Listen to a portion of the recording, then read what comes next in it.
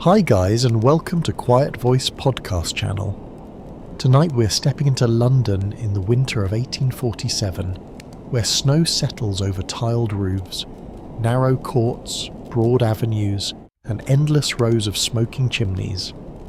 You stand beneath a darkening sky while soft flakes drift through the yellow glow of gas lamps. Wheels grind over frozen mud, horses breathe pale clouds into the air. Somewhere nearby, a bell sounds through the mist, slow and heavy, as though the city itself is preparing for sleep. So, before you settle into the story, take a moment to like the video and subscribe. And as the first snow gathers around your boots, tell us where you are listening from and what time it is in your corner of the world. Perhaps your room is warm, perhaps rain touches your window, perhaps winter waits outside your door. Now it's time to rest. You begin near the northern edge of the great city, where the rooftops seem to stretch farther than the eye can follow. The snow falls without hurry. It rests on slate, chimney pots, iron railings, wooden carts, and the vast shoulders of people who have no time to notice it. London does not stop for weather. London barely stops for anything. The year is 1847, and the city is enormous by the standards of its age. More than 2 million people live within its swelling boundaries, though no single person could claim to know every lane, court, square, and riverside passage. Records confirm that London is already the largest city in the world, a capital fed by trade, empire, banking, manufacturing, and the relentless arrival of newcomers seeking work. You move slowly down a narrow street, careful where you place your feet. Beneath the snow lies uneven stone, horse manure, coal dust, and the black slush of earlier traffic. The white covering looks pure for only a moment, then boots crush it, cartwheels cut through it, and soot begins to stain the surface grey. Still, the snow changes everything. Ordinary walls appear softer, broken fences gain silver edges, window ledges hold neat white lines. Even the smoke above seems briefly less harsh, blurred by the falling flakes. You can smell coal fires burning in hundreds of homes. The scent is thick and bitter, mixed with damp wool, roasting chestnuts, wet leather, and the distant odour of the river. A boy passes with a basket under one arm. His coat is too thin, and his shoes are patched. He calls out something about warm food for sale, though the wind takes half his words. Behind him comes a woman carrying folded cloth beneath a shawl. Her face is red from the cold. A clerk hurries by, protecting his hat with one hand and a packet of papers with the other, as though those papers matter more than his fingers. Perhaps they do. Employment is fragile. A missed delivery can mean lost wages. A late arrival can mean dismissal. Snow may be beautiful to someone watching from a drawing room, but to anyone paid by the hour, by the journey, or by the piece, it is another obstacle placed between hunger and supper. The lamps begin to brighten as daylight fades. One by one, their flames glow behind glass. A lamplighter has already made his rounds along many streets, carrying his pole and moving with practiced speed. Gas lighting has transformed London during the previous decades. Main roads, shopping districts, bridges, and respectable squares shine with a brightness that earlier generations would have found astonishing. Yet the title of a fully illuminated city is more dream than truth. Many poor alleys remain dim, some lamps are weak, others fail in bad weather. A few streets depend on scattered lights near public houses or shop windows. Scholars bicker over how completely gaslight changed ordinary nighttime life, because its reach depends greatly on wealth, district, maintenance, and the willingness of local authorities to pay. You notice that the brightest roads feel almost theatrical. Snowflakes pass through the yellow light like tiny scraps of paper. Faces appear suddenly, then vanish. Shop signs gleam above doors. Brass fittings shine. Glass windows reflect the lamps until one flame seems to become 6. Oddly enough, some Londoners complain that gaslight is too bright. They fear it encourages people to remain awake too late, gathering crowds, read at unhealthy hours, or behave with suspicious confidence after sunset, Progress, as usual, arrives carrying both a lantern and a list of complaints. Your path turns toward a wider road. A carriage rolls past, its lamps trembling. The driver sits high above, wrapped in a heavy coat, inside, behind fogged glass. A woman leans against cushioned upholstery. You see her only for an instant. Her world is warm fabric, enclosed space, and private travel. Your world, for now, is the open street. The contrast is everywhere. A grand house displays tall windows and pale curtains. Just beyond it, a passage leads toward crowded rooms where several families may sleep beneath one leaking roof. Snow falls upon both places with perfect fairness, which is perhaps the only fair thing about the night. You hear a shovel scraping stone. A servant clears the steps of a townhouse before the snow hardens. The work is rhythmic and dull. Scrape, lift, throw, scrape, lift, throw. A small mound forms beside the railing. Farther on, two children try to collect clean snow from the top of a barrel. They shape it between bare hands and laugh when it falls apart. Their laughter is sharp and bright. For a few seconds, winter becomes a game. Then an older voice calls them inside, and the door closes.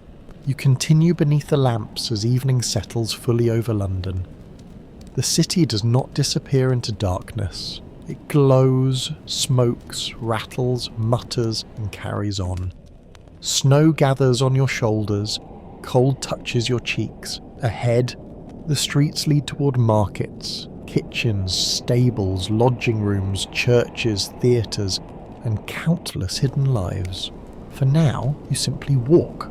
The snow keeps falling. You move into a broader avenue where the snowfall becomes more visible, each flake drifting through circles of amber light before disappearing against the dark road. The lamps stand at measured intervals, the glass panes glowing above iron posts.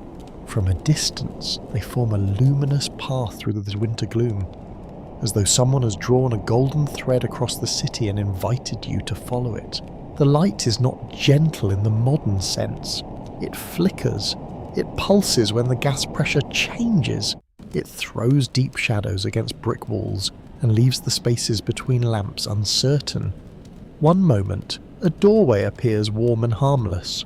A few steps later, the same doorway becomes a black opening where nothing can be seen. You hear the faint hiss of burning gas. It is a quiet sound beneath the wheels, voices, bells, and hooves.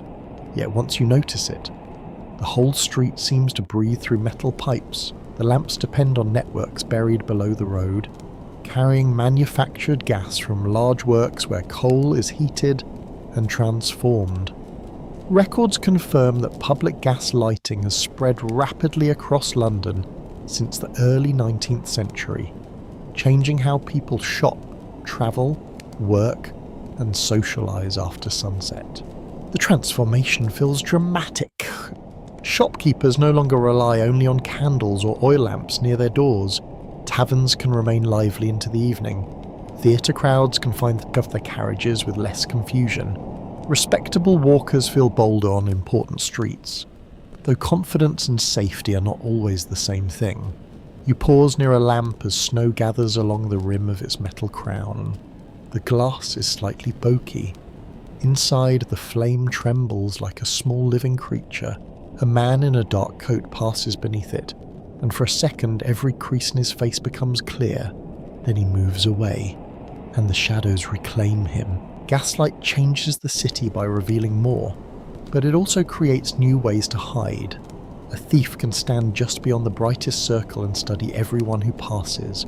A watchman may see movement, but not the face.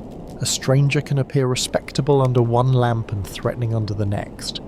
No agreement has been reached on whether brighter streets truly reduced crime or merely changed where crime occurred. The city authorities praise illumination as a sign of order. Newspapers describe well-lit streets as marks of progress. Property owners often support new lamps because brightness may attract customers and raise the reputation of a district. Yet the poorest neighbourhoods receive less consistent service.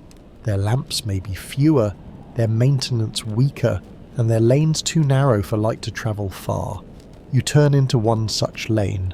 The change is immediate. Golden Avenue remains visible behind you. But here the darkness feels heavier. A single gas lamp stands near the entrance. Its flame weak and blue at the edges. Snow has settled on a row of low roofs. A woman carrying a covered jug walks quickly, keeping close to the wall. A dog noses through refuse near a drain. The lamp reveals enough to show hardship, though not enough to soften it. A group of men gathers outside a public house. Warm light spills through the windows and paints the snow yellow. Their conversation rises and falls behind the door. One man steps outside, laughs too loudly, then pulls his collar close when the cold reaches him. He looks up at the lamp as if offended by its brightness. Perhaps even the light seems judgmental at this hour. One curious footnote concerns the smell. Gas lamps can release an odour that some people describe as sharp, oily, or faintly rotten, especially when fittings leak or flames burn poorly. Londoners become familiar with it, just as they become familiar with smoke, damp stone, and horse stables. The city offers many scents, and very few of them belong in a bottle of perfume. You continue toward a crossing where a lamplighter works with a long pole. He lifts a small fitting inside the lamp, adjusts the flame, and moves on without ceremony. His task requires speed and memory. He must know each post, each turning, each stubborn mechanism. In bitter weather, he works while others hurry indoors. His coat carries a dusting of snow. His boots strike the pavement in a steady rhythm. He does not pause to admire the glow he creates. For him, light is employment, routine, and responsibility. A missed lamp may bring complaint. Broken pane may need reporting. A weak flame may waste gas or leave a corner dangerously dim. The occupation has its own peculiar authority. The lamplighter enters the street at the border between day and night, bringing brightness where darkness is expected. Children sometimes watch him with fascination. Adults barely look up. That is often how progress becomes ordinary. First it appears miraculous, then expensive, then annoying, and finally invisible. At the next corner, an elegant shop displays sitcom, gloves, ribbons, and polished boxes behind clear glass. Several gas jets burn inside, making the goods glow with unusual brilliance. The shopkeeper understands that light can create desire. Colours appear richer, metal shines more sharply, snow outside makes the interior seem warmer than it truly is. A woman stops to examine a bonnet in the window. She raises one hand to shield her eyes from the reflection. Her companion waits patiently, though his posture suggests he has been waiting for some time. Even in a snowy London night, shopping possesses its own quiet endurance test. Farther along, a bookseller has placed several volumes near the glass. Their titles are readable from the pavement, a small wonder in a world where evening once concealed almost everything. Clerks, students, and curious passers-by can linger after work and inspect the display. Gaslight expands the commercial day, allowing money to continue moving long after the sun has gone. Yet the brightness demands fuel, labour, pipes, repair, and constant supervision. Gasworks rise beyond fashionable districts, filling nearby air with unpleasant smoke and chemical odours. The elegant flame in a drawing room begins in an industrial landscape that wealthier customers rarely visit. Your footsteps carry you toward a bridge approach where lamps stand in a proud line. Purple. Their reflections shimmer on wet stone beneath the snow. The city appears grand from this angle, almost ceremonial. Towers emerge through haze. Carriages pass in measured succession. A bell sounds somewhere across the rooftops. Still, the beauty remains uneven. A beggar sits beneath one lamp because it offers a little warmth, though barely enough to matter. His hands are hidden inside his sleeves. People can see him clearly, which does not mean they stop. Illumination makes suffering visible without requiring anyone to respond. You walk on as the flames stretch into the distance. London glows with confidence, invention, commerce, and contradiction. Every lamp promises safety, modernity, and control. Every shadow between them quietly reminds you that the city remains larger, stranger, and less obedient than any system built to tame it. The road narrows toward a market district where the last business of the day presses urgently against the cold. You hear it before you fully enter it. Wooden shutters bang, barrows creak, sellers call out reduced prices in voices roughened by smoke, weather, and long practice. The snow softens the rooftops, but it cannot soften the determination of people who must sell what remains before darkness makes every unsold turnip, fish, onion, or loaf into tomorrow's loss. You step between carts drawn close together beneath patched canvas coverings. Melted snow drips from the edges in steady taps. The ground is crowded with straw, cabbage leaves, broken string, fish scales, and mud churned by hundreds of boots. A porter shoulders past with a basket balanced high above his head. He mutters an apology without slowing down, which is about as much courtesy as the hour can afford. The air changes every few paces. First comes the sharp salt of fish packed in ice, then the earthy smell of potatoes and wet rope. A butcher's stall carries the heavy scent of meat and sawdust. Nearby, oranges offer a sudden bright fragrance from a warmer climate, their colour almost startling beneath the grey sky. Records confirm that London depends on a vast daily movement of food from surrounding farms, coastal fisheries, river traffic, and distant ports. The city eats because thousands of people rise long before dawn to load, carry, sort, bargain, and sell. Most customers never see the first half of that labour. They simply arrive and complain that the carrots look tired. A woman in a dark bonnet examines a bundle of leeks. She presses the stalks with gloved fingers, asks the price, then shakes her head with theatrical disappointment. The seller replies with equal drama. Their exchange is almost a performance, refined through years of bargaining. Neither seems angry. Both understand the ritual. You pause beside a bread stall where loaves sit beneath cloth. The baker's assistant brushes snow from the counter and rearranges the smallest pieces toward the front. Bread matters deeply in working households, often forming the centre of several meals. A rise in price can change the entire week. Families may buy cheaper cuts, thinner milk, fewer candles, or less coal, but bread remains difficult to surrender. The winter of 1847 carries economic anxiety. Poor harvests in recent years have raised food costs, and hardship spreads through many parts of Britain. Political debate grows around trade, relief, wages, and responsibility. Arguments split along whether hunger should be treated mainly as a failure of markets, a failure of government, or a personal misfortune. The people buying supper do not have the luxury of settling the question. They only count their coins. At a vegetable barrow, an elderly man offers bruised apples at a lower price. His hands shake as he wraps them in old paper. A young mother chooses 4, then removes one when she hears the total. The seller studies her face and quietly returns the 4th apple to the bundle without changing the price. Neither of them comments. Kindness in the market is often disguised as poor arithmetic. You continue beneath hanging lanterns and shop lights that cast uneven brightness over the stalls. Snowflakes melt on hot metal pans where chestnuts roast. The smell draws several children close. They watch the vendor turn the nuts with a blackened scoop. Oddly enough, roasted chestnuts serve not only as food but as hand warmers. A customer may keep the paper packet tucked inside a coat for several precious minutes before eating. It is a modest trick, but winter rewards practical thinking. A warm pocket is a warm pocket, even when supper is slowly disappearing inside it.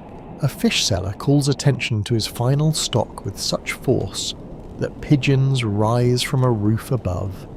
His apron is stiff with cold. He lifts one fish by the tail and praises its freshness as though introducing a distinguished guest. A woman passing nearby gives it a doubtful glance. The fish, having no argument prepared, remains silent. At the edge of the market, a costermonger adjusts the wheel of his barrow. Men and women who sell from mobile carts are essential to working-class neighbourhoods. Carrying affordable produce through streets far from formal markets, their cries become part of London's daily sound.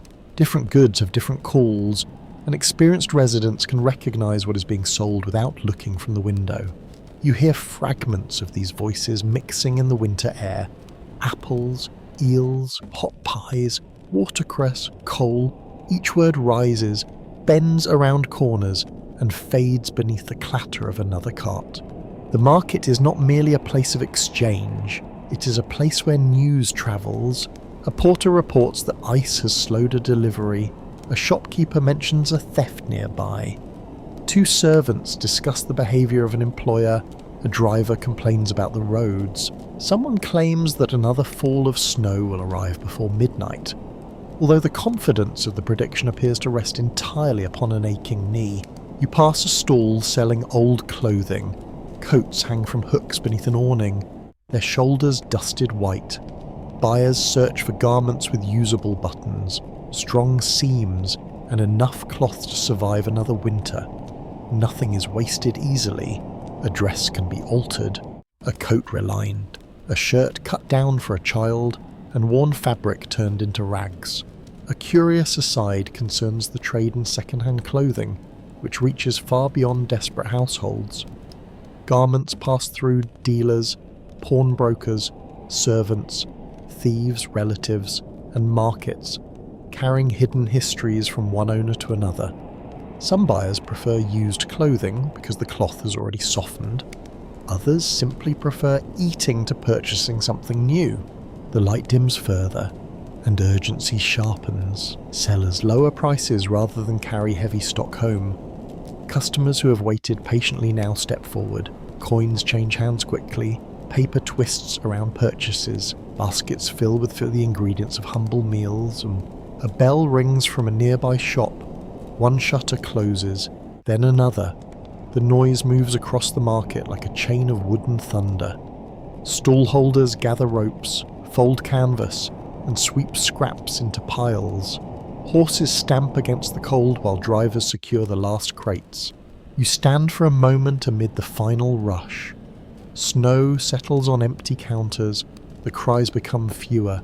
A market that seemed endless begins to vanish piece by piece, packed into carts and carried into the night. Soon, only scattered symbols remain in the cold air, along with crushed leaves beneath your boots and the fading sound of wheels turning toward home. You leave the market noise behind and enter a quieter square where the houses rise in orderly rows, their windows tall, their doors painted dark and glossy, their brass knockers polished until they catch the lamplight. Snow rests neatly along the railings. Stone steps have been swept. Curtains glow from within. Hiding rooms warmed by coal fires. Thick rugs, heavy drapery, and the silent labour of servants. A carriage stops beneath a covered entrance. The door opens, and a gentleman steps down carefully. Placing one polished boot upon the cleared pavement, a servant receives his coat, another carries a parcel. The gentleman disappears indoors almost at once, protected from the weather by architecture, money, and several people whose names the household may rarely speak with affection. Through a gap in the curtains, you glimpse a drawing room. Candles stand beside gas fittings. A fire burns behind an iron guard. A woman sits near a small table with embroidery resting in her lap, while a child leans over a picture book. The room appears calm, though calm itself is a luxury supported by fuel, space, privacy, and time. Records confirm that wealthy London household often employs several domestic servants, with larger homes requiring cooks, maids, footmen, nurses, coachmen, and housekeepers. Their work begins before the family wakes and continues after the family retires. comfort does not simply exist. It must be carried, scrubbed, heated, folded, polished, and quietly repaired. You walk beside the iron railings and feel the cold metal through your glove. Below street level, a basement window reveals a different part of the same house. Kitchen maid bends over a table, steam clouds the glass, copper pans hang from hooks, a scullery servant moves between buckets, her sleeves rolled above reddened wrists. The elegant dinner upstairs depends upon these hidden rooms. Coal must be hauled, water must be carried, ashes must be removed, meat must be trimmed, plates must be washed in water that grows greasy and cold. The family may speak of refinement while the servants battle soot, burns, chilblains, and exhaustion below their feet. One curious footnote concerns bells. Wealthy houses often contain long systems of wires connecting rooms to a numbered bell board in the servants' area. A pull of a cord summons help from another floor. The bell does not explain what is needed. It merely announces that someone important requires something immediately, which is a remarkably efficient method of turning impatience into household music. You pass beyond the square and slip through a narrow opening between buildings. The clean pavement gives way to broken stone.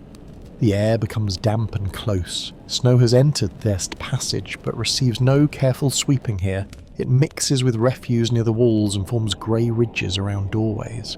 Several families live in rooms built behind the respectable streets.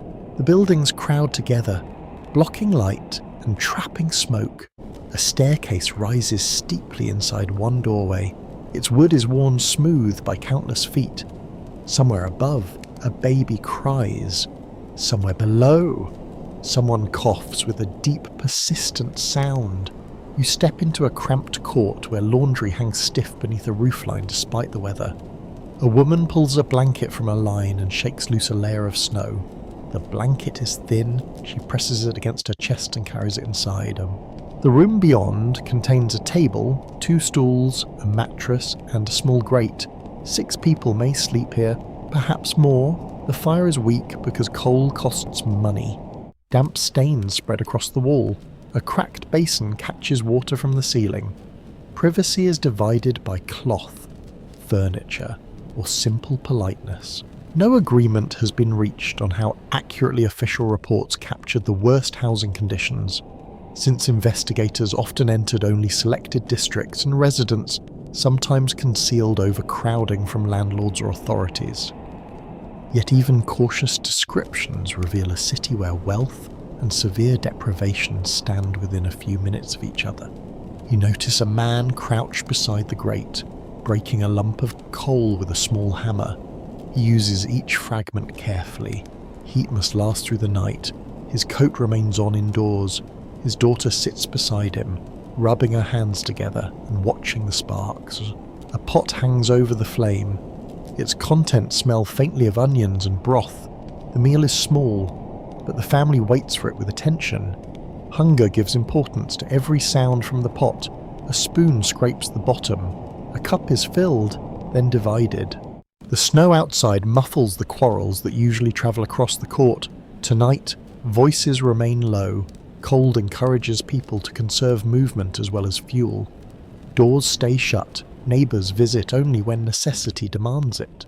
In another room, a widow takes in sewing. Fabric lies piled near the window where daylight would normally help her work. Now she bends close to a candle, guiding a needle through dark cloth. Her payment depends upon finishing a set number of pieces. The candle shortens as she works, consuming part of the money she hopes to earn. Her fingers ache. She pauses to warm them around the candle flame, careful not to scorch the cloth. A single mistake may reduce her payment. A poor seam can be rejected. Illness can stop income entirely. The household economy balances upon eyesight, stamina, and luck. You return toward the main street and see the rear walls of the grand houses rising above the court. Their upper windows shine warmly. Smoke lifts from their chimneys in thick, steady streams. The distance between abundance and want is not measured in miles, it is measured in walls, doors, staircases, and permission. A maid appears at a back entrance carrying a covered bowl. She crosses the yard and gives it to an older woman waiting near the gate. Perhaps the food is leftover soup. Perhaps it is bread from the servants' table. The exchange is quick and nearly silent. Charity in London takes many forms. Some of it is organised through churches and societies. Some is personal. Some is offered with kindness. Some is offered with judgment. Poor families may be expected to prove that they are respectable, sober, grateful, and deserving before receiving help, as though hunger should first submit a character reference. You stand where the bright square and the dark court almost touch. Snow falls upon both without distinction.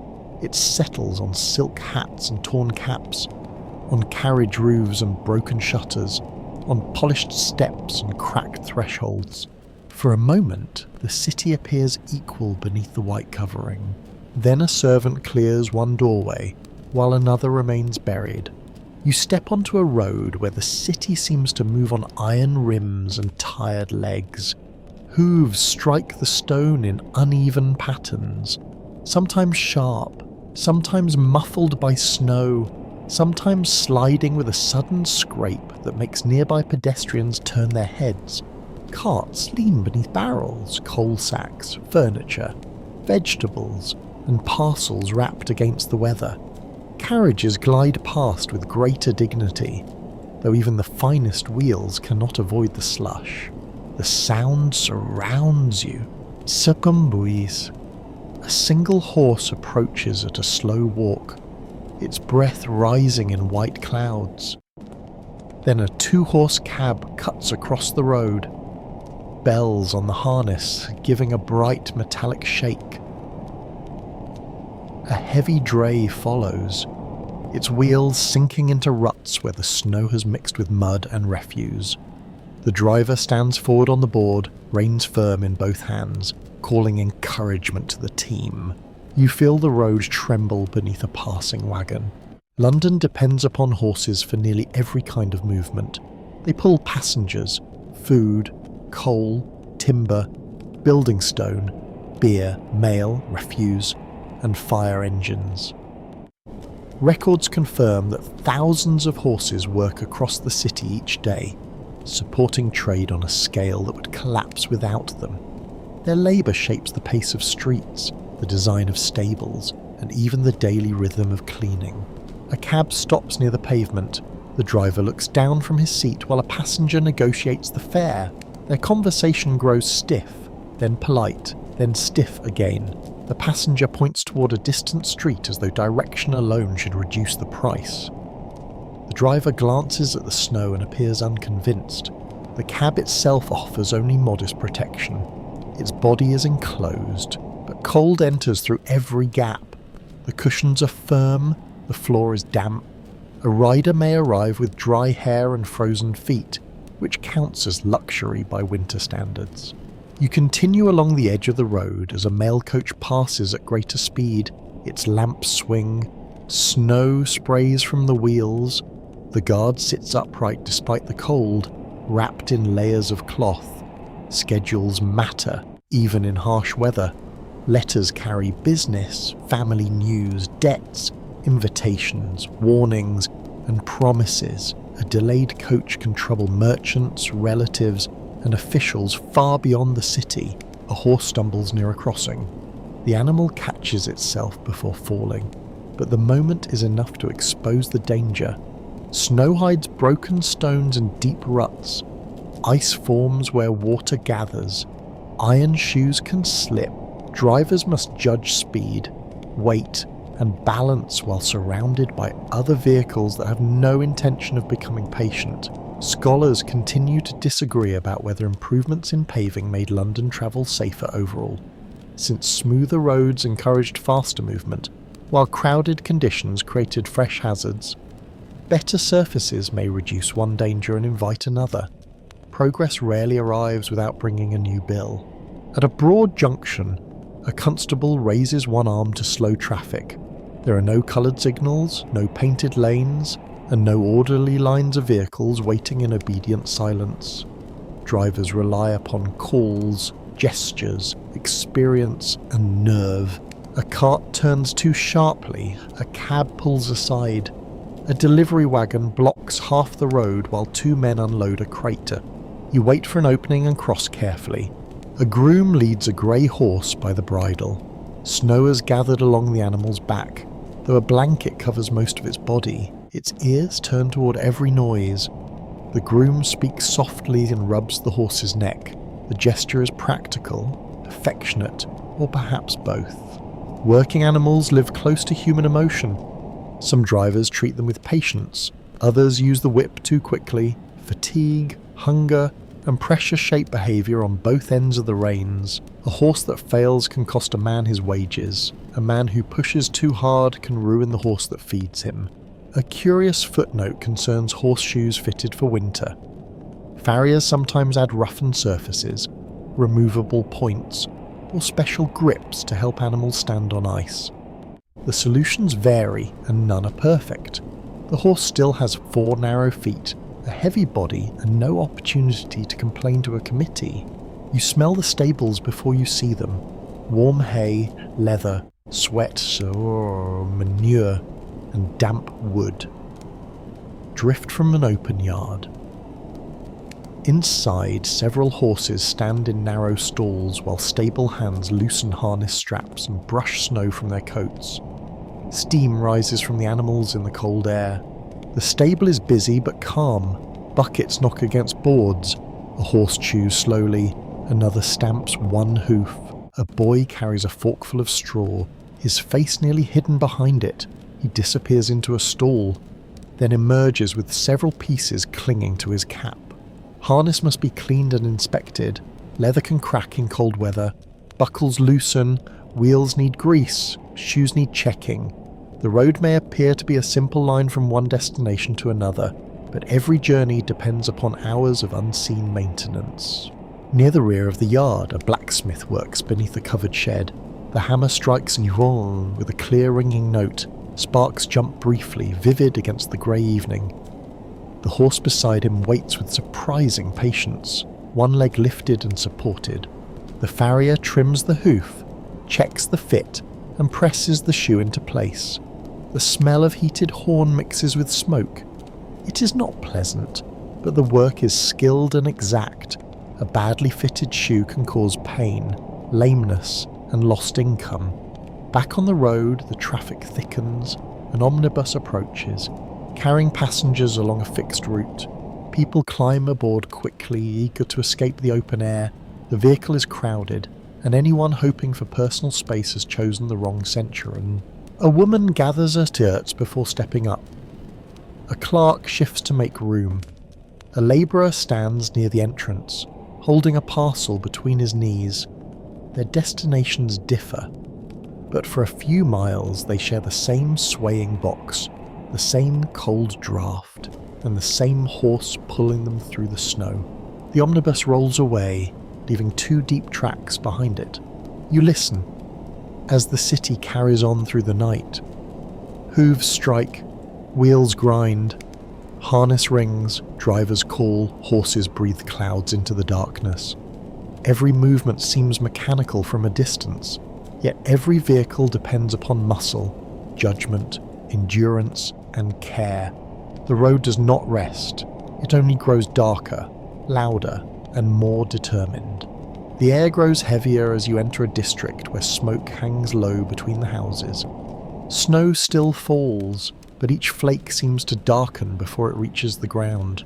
Chimneys crowd the rooftops, pouring out thick streams that spread beneath the clouds and drift along the streets. The city does not merely sit beneath the winter sky, it manufactures its own weather. You taste coal on your tongue. The sensation is faint at first, almost metallic, then bitter enough to notice whenever you breathe through your mouth. Your eyes begin to sting. Moisture gathers along your lashes. The cold presses against your face while smoke finds every opening in your scarf and collar. A pale mist rises from the river and low ground, meeting the cold smoke above. Together they form a murky veil that softens walls, shortens streets, and turns distant lamps into blurred yellow smudges. The snow adds another layer, moving silently through air already crowded with soot and damp. Records confirm that coal is the chief fuel of London homes, workshops, factories, bakeries, and public buildings. It heats rooms, cooks meals, powers industry, and blackens nearly everything it touches. The city relies upon it so completely that clean air would seem almost suspicious. You pass a row of houses where every chimney is active. Some fires burn brightly in comfortable rooms, others are weak, fed with small fragments saved carefully for the coldest hours. Smoke from rich and poor homes rises into the same sky, though the warmth below is never shared equally. A gust of wind pushes the haze across the road. For several seconds, the far pavement disappears. A carriage emerges suddenly from the greyness, its lamps shining like two tired eyes. The horse slows, uncertain of the path. The driver leans forward and calls a warning into the murk. You step closer to the wall. Sound becomes more important when sight fails. You hear wheels before you see them.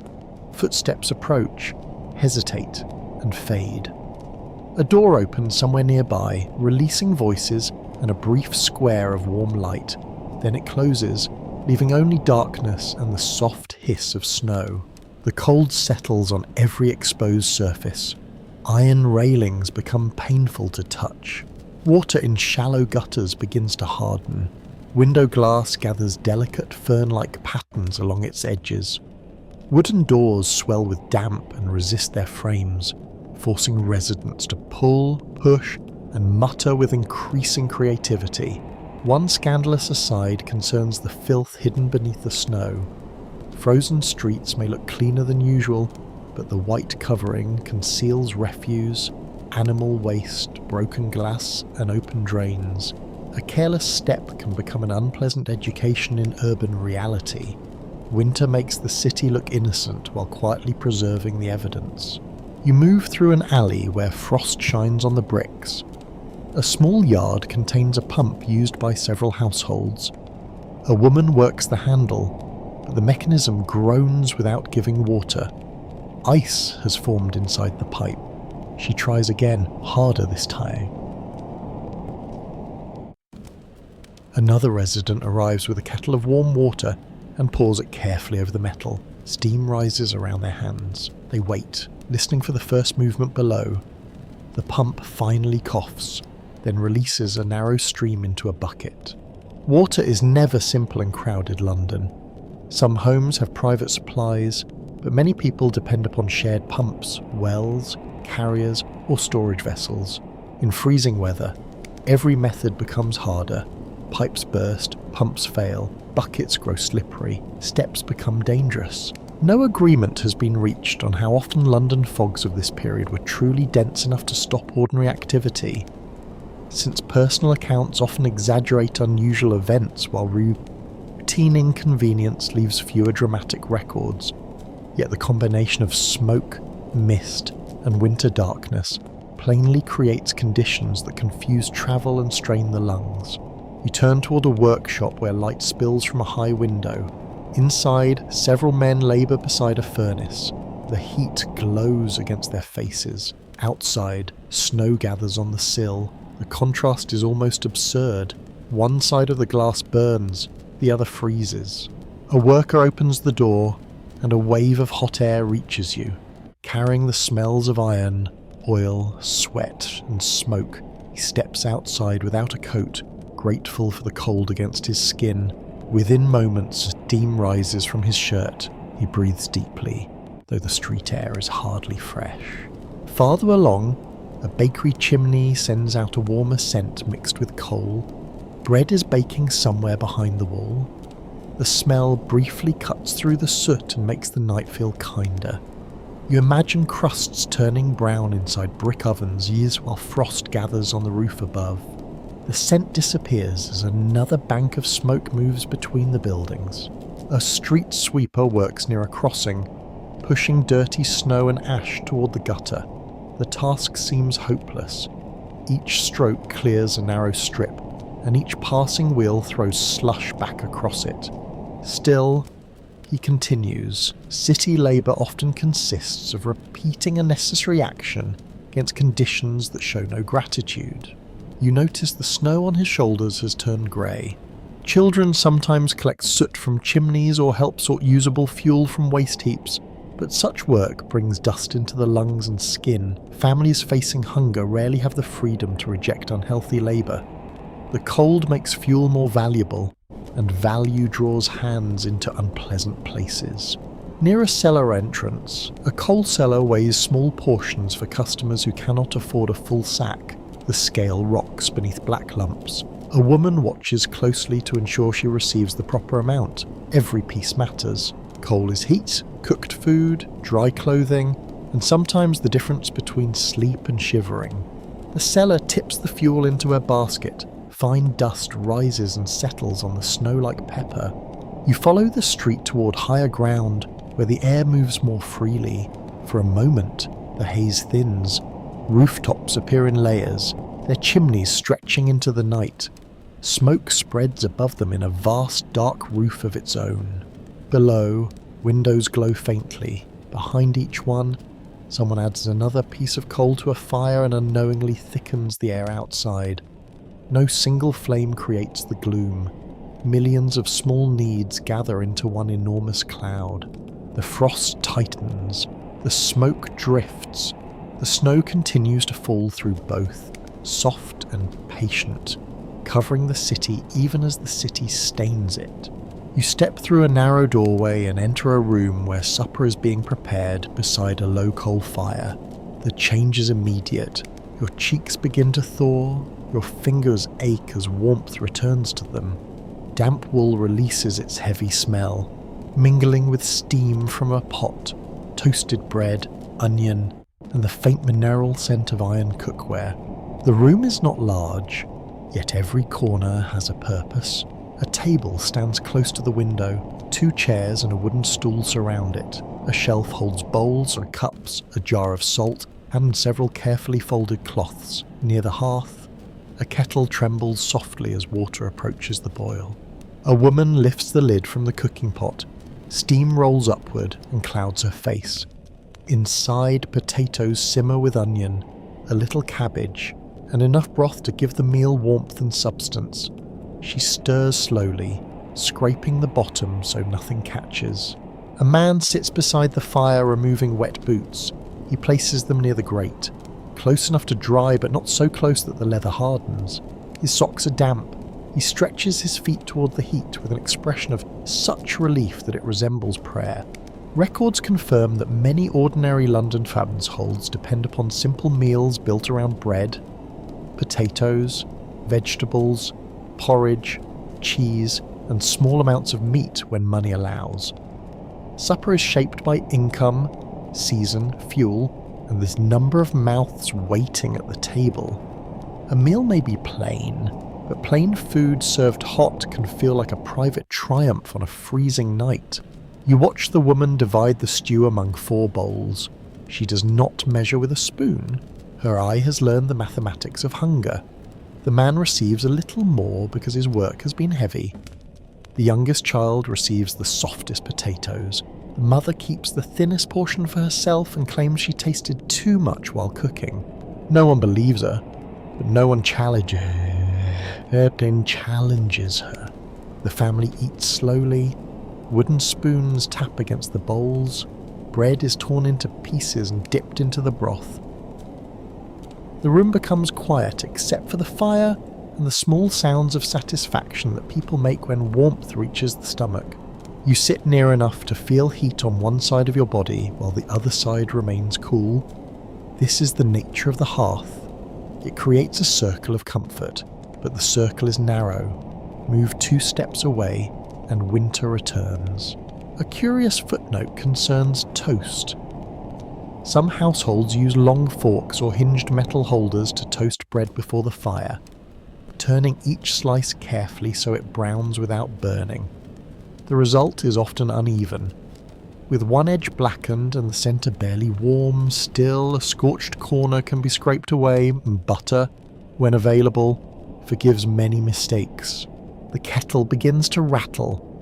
tea leaves are measured with great caution because they're too valuable to waste. The pot is warmed first with a little hot water, then filled. Milk may be added if the household has some. Sugar is even less certain. Tea brings more than flavour. It marks a pause. Hands wrap around cups. Conversation loosens. The man speaks of a delivery that arrived late. The woman mentions a neighbour who is unwell. A child reports that a dog stole something from a butcher, though the details become increasingly heroic with every sentence.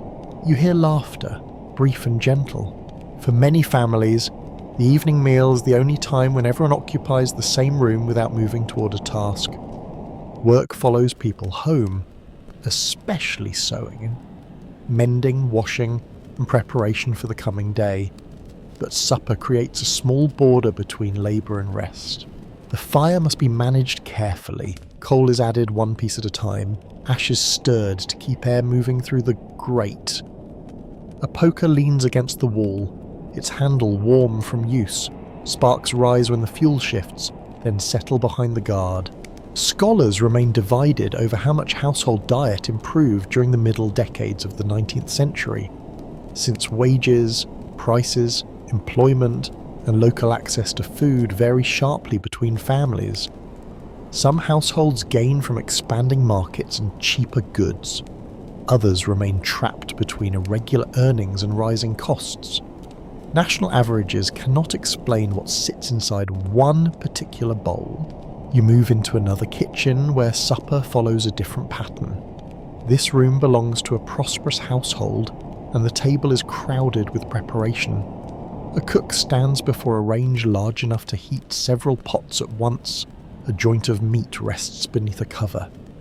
Pies cool near the window. A sauce thickens in a pan while a kitchen maid chops herbs. The smells are rich and layered. Roasted meat, butter, pastry, pepper, and wine fill the air. Servants carry dishes upstairs in a carefully timed procession. Plates must arrive hot. Sauces must not separate. The family dining above expects abundance to appear smooth and effortless. The servants will eat too, but not yet. They wait until the principal dishes have gone upstairs. Their meal may include plainer cuts, vegetables, bread, and whatever is permitted from the main table.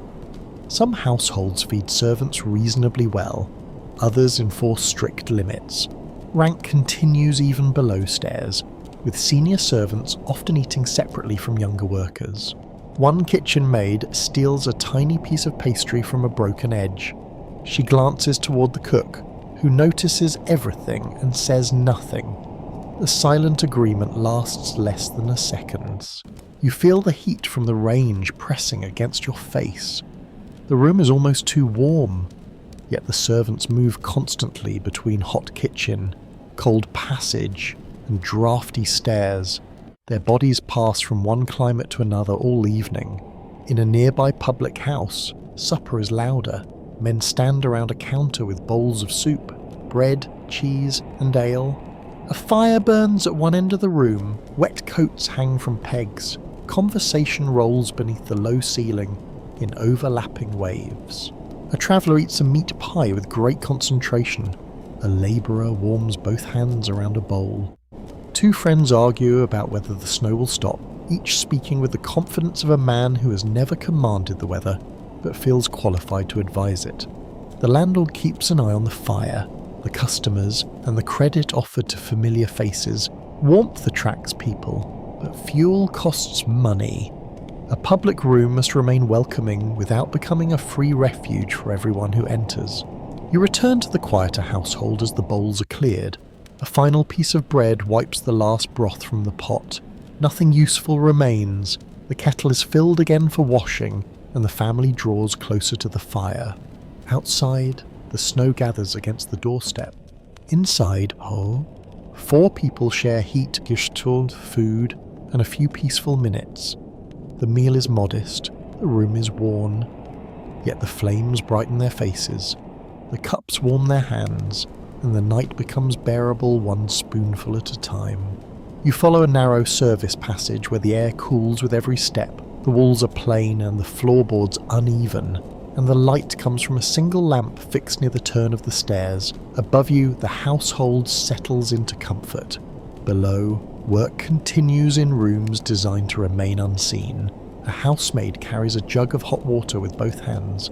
The metal handle presses into her fingers, and steam curls around her sleeves. She climbs carefully, placing each foot near the wall where the stair creaks less.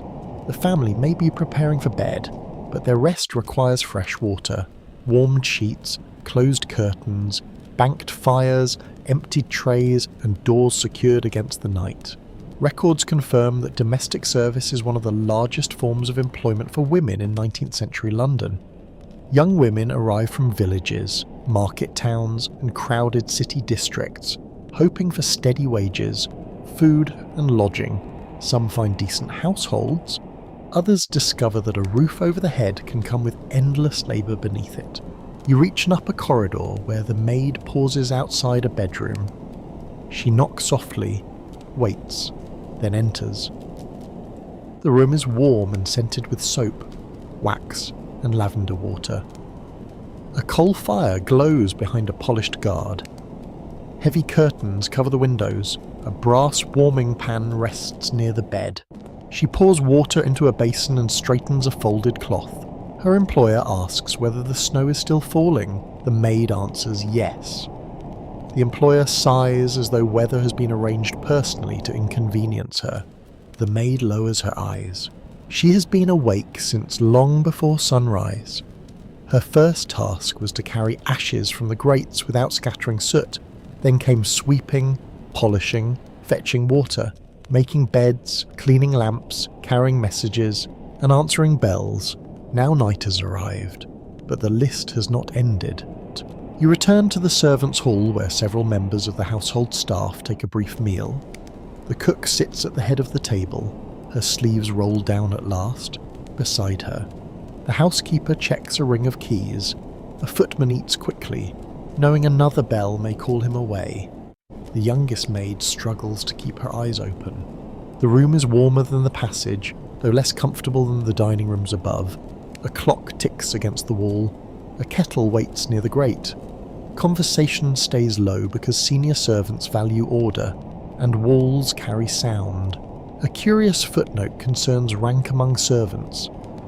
Position governs where a person sits, what work is considered proper, and even which staircase may be used. A housemaid can be corrected by the housekeeper, a kitchen maid by the cook, and a footman by the butler. The servants serve the family, but they also live inside a smaller society with its own pride, rules, and rivalries. You hear a bell ring. Every head turns toward the board. The footman rises at once, wipes his mouth, and leaves. No one asks whether he has finished eating. The bell has decided the matter. You follow him to the drawing room, where 3 guests remain by the fire. One requests more coal, another wants a misplaced shawl, a third asks whether the carriage has been ordered. The footman answers each question with controlled politeness. He carries the coal scuttle, finds the shawl, and sends a message to the coachman. His face reveals nothing. Good service depends partly upon making effort appear effortless. Irritation must vanish, fatigue must be hidden. A servant is expected to notice everything while seeming to notice nothing. Scholars disagree over whether domestic service offered greater security than factory labour. Since the answer changes with wages, treatment, hours, privacy, and the character of each employer, a servant may receive food and shelter, yet lose freedom over time, movement, clothing, visitors, and personal life. Security can become a locked door viewed from either side. In the stable yard, the coachman checks harness Pipistrello straps beneath a hanging lantern. Snow has gathered along the carriage roof. The horses stand beneath blankets, shifting their weight and breathing softly. One may be needed late, depending upon when the guests choose to leave. A groom rubs down a mare with a coarse cloth. His hands move steadily over the animal's neck and shoulders. He checks the hooves for packed snow and small stones. The stable is quiet except for chewing, brushing, and the occasional knock of wood. The coachman keeps watch over more than horses.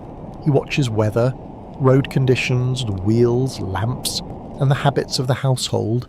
A sudden journey can be ordered at any hour. A guest may require transport. A doctor may need fetching. A message may be too urgent to trust to morning. You step into the kitchen where the younger servants prepare for the final cleaning. Plates return from upstairs, some nearly empty, others holding untouched portions. Grease has cooled along the edges. Knives and forks must be washed, dried, and counted. The scullery maid works beside a basin of cloudy water. Her hands are cracked from soap and cold. She scrubs a large pot while the cook stores leftovers in covered dishes. Nothing useful is discarded carelessly. Bones may flavour broth, bread may become pudding, drippings may be saved for frying. Oddly enough, servants sometimes learn a household's secrets through leftovers. An untouched plate can reveal illness, anger, vanity, or a private argument at dinner. A broken glass can reveal haste. A second helping may reveal that someone praised for delicate manners possesses a heroic appetite. The servants know these things and usually keep silent. Near midnight, the house begins to settle. The butler checks doors and windows. He counts silver items returned from use and locks valuable pieces away. The housekeeper confirms that candles are extinguished where they should be. Fires are reduced but not always allowed to die. A maid carries a warming pan from room to room. Hot coals inside the covered metal pan heat the sheets before sleep. She moves it carefully across the bed, avoiding scorched linen. The task seems gentle, almost comforting, though the person creating that comfort will sleep in a small attic room where the wind reaches through the roof. You climb the back stairs with her. The steps grow narrower. The ceiling lowers. At the top, several servants share plain rooms furnished with iron beds, hooks, washstands, and little else. Their coats hang beside damp stockings. A candle burns low. The maid removes her shoes and sits for a moment without speaking. Her feet throb. Her shoulders ache. She has earned a few hours of sleep, unless a bell rings or someone becomes ill. Below, the household rests behind heavy curtains and locked doors. Abonit the savon. Listen for every sound. You enter a quieter street where the snow lies deeper along the edges of the pavement. The traffic has thinned, and the ground between the houses has become a temporary playground.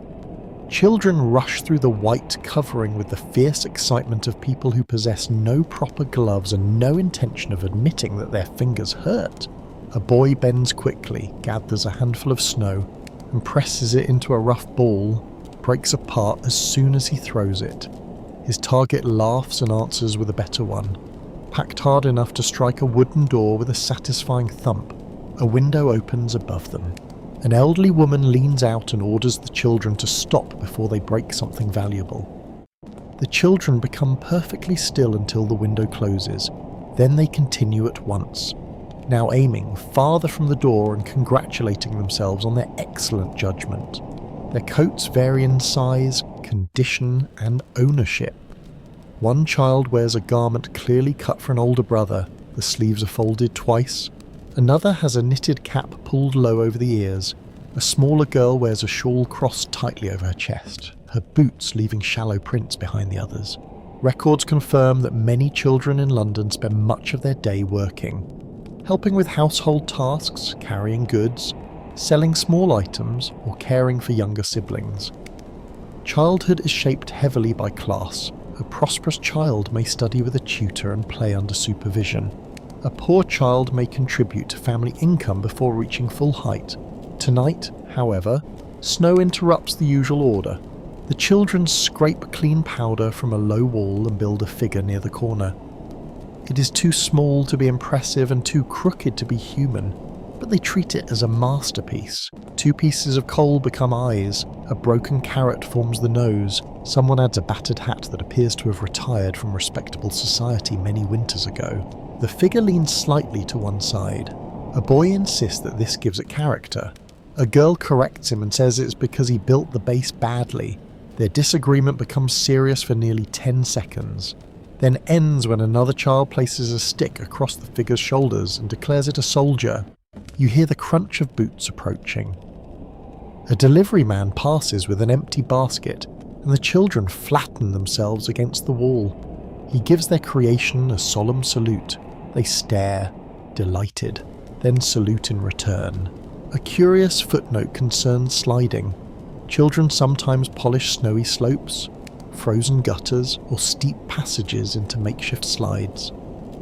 The practice brings joy, bruises, torn clothing, and complaints from adults trying to walk safely.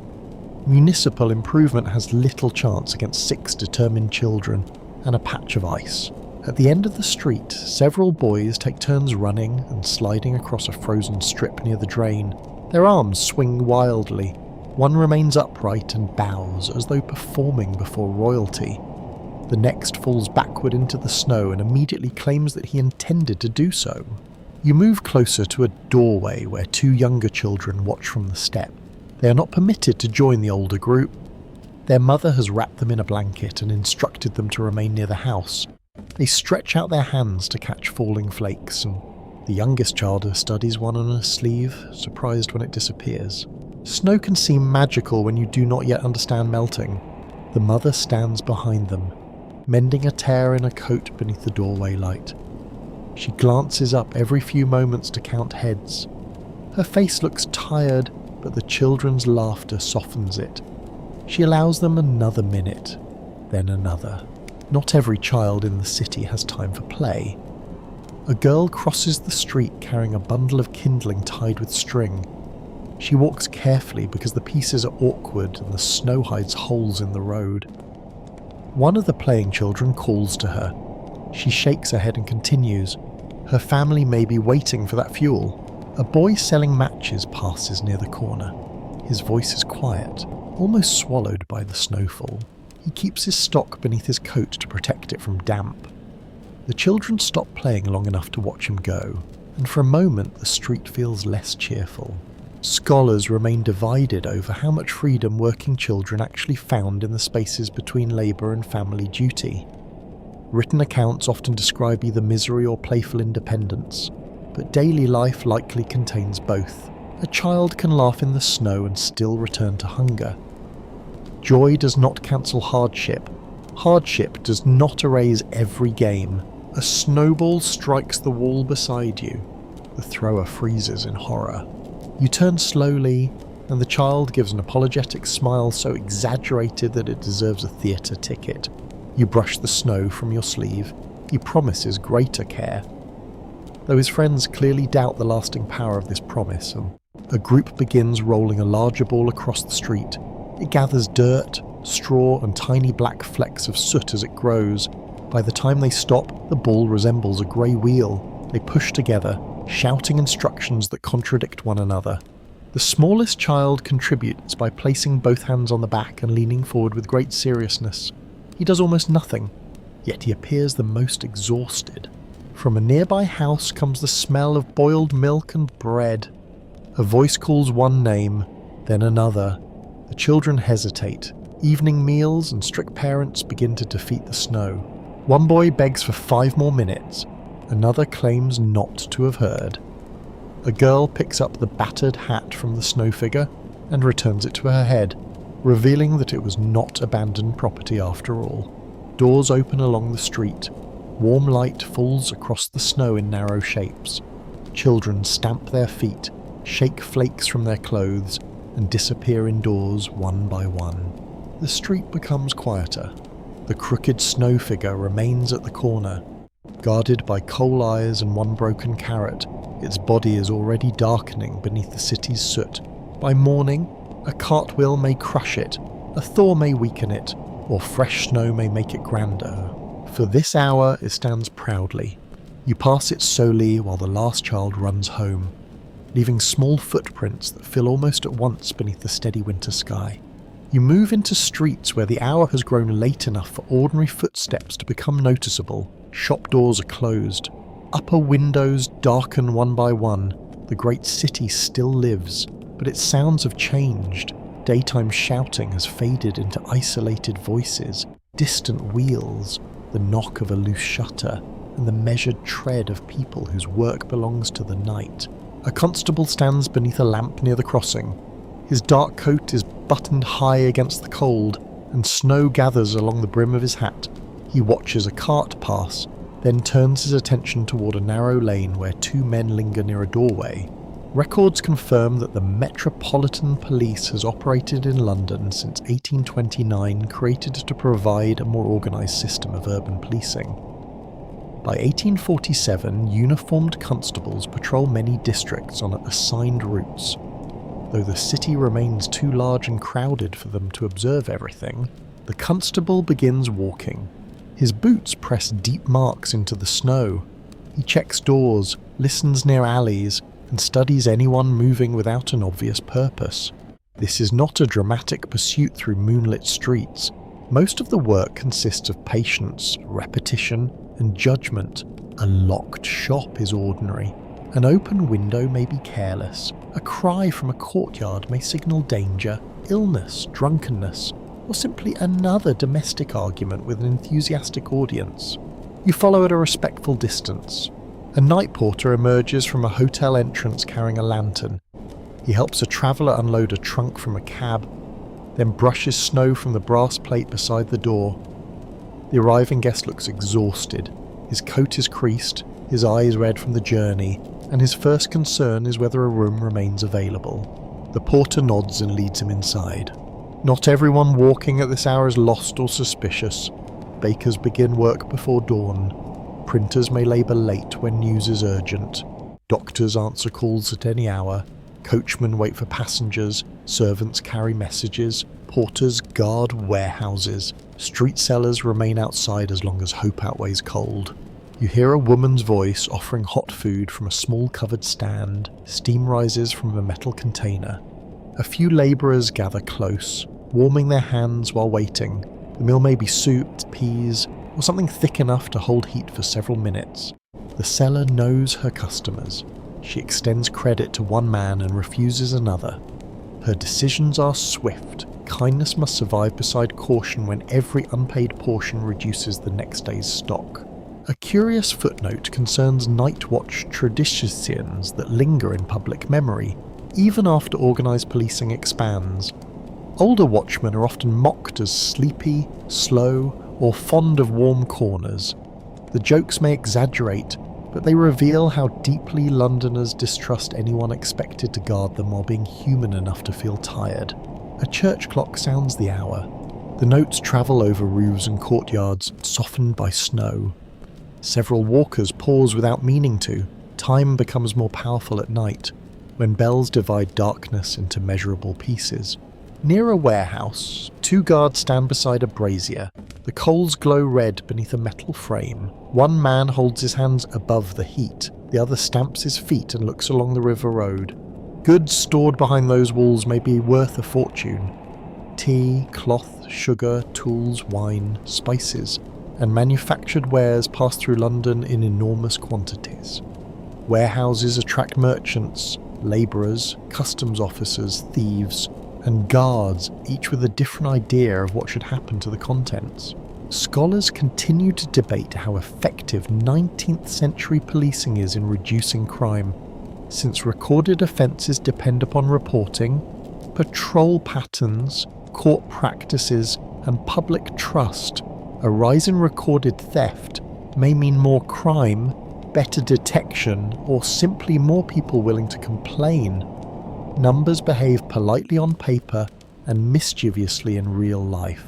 You turn toward a poorer street where no guard warms himself beside a brazier. A woman walks quickly with a basket covered by cloth. She keeps to the brighter side of the road. Her shoulders are tense, and she glances behind her once.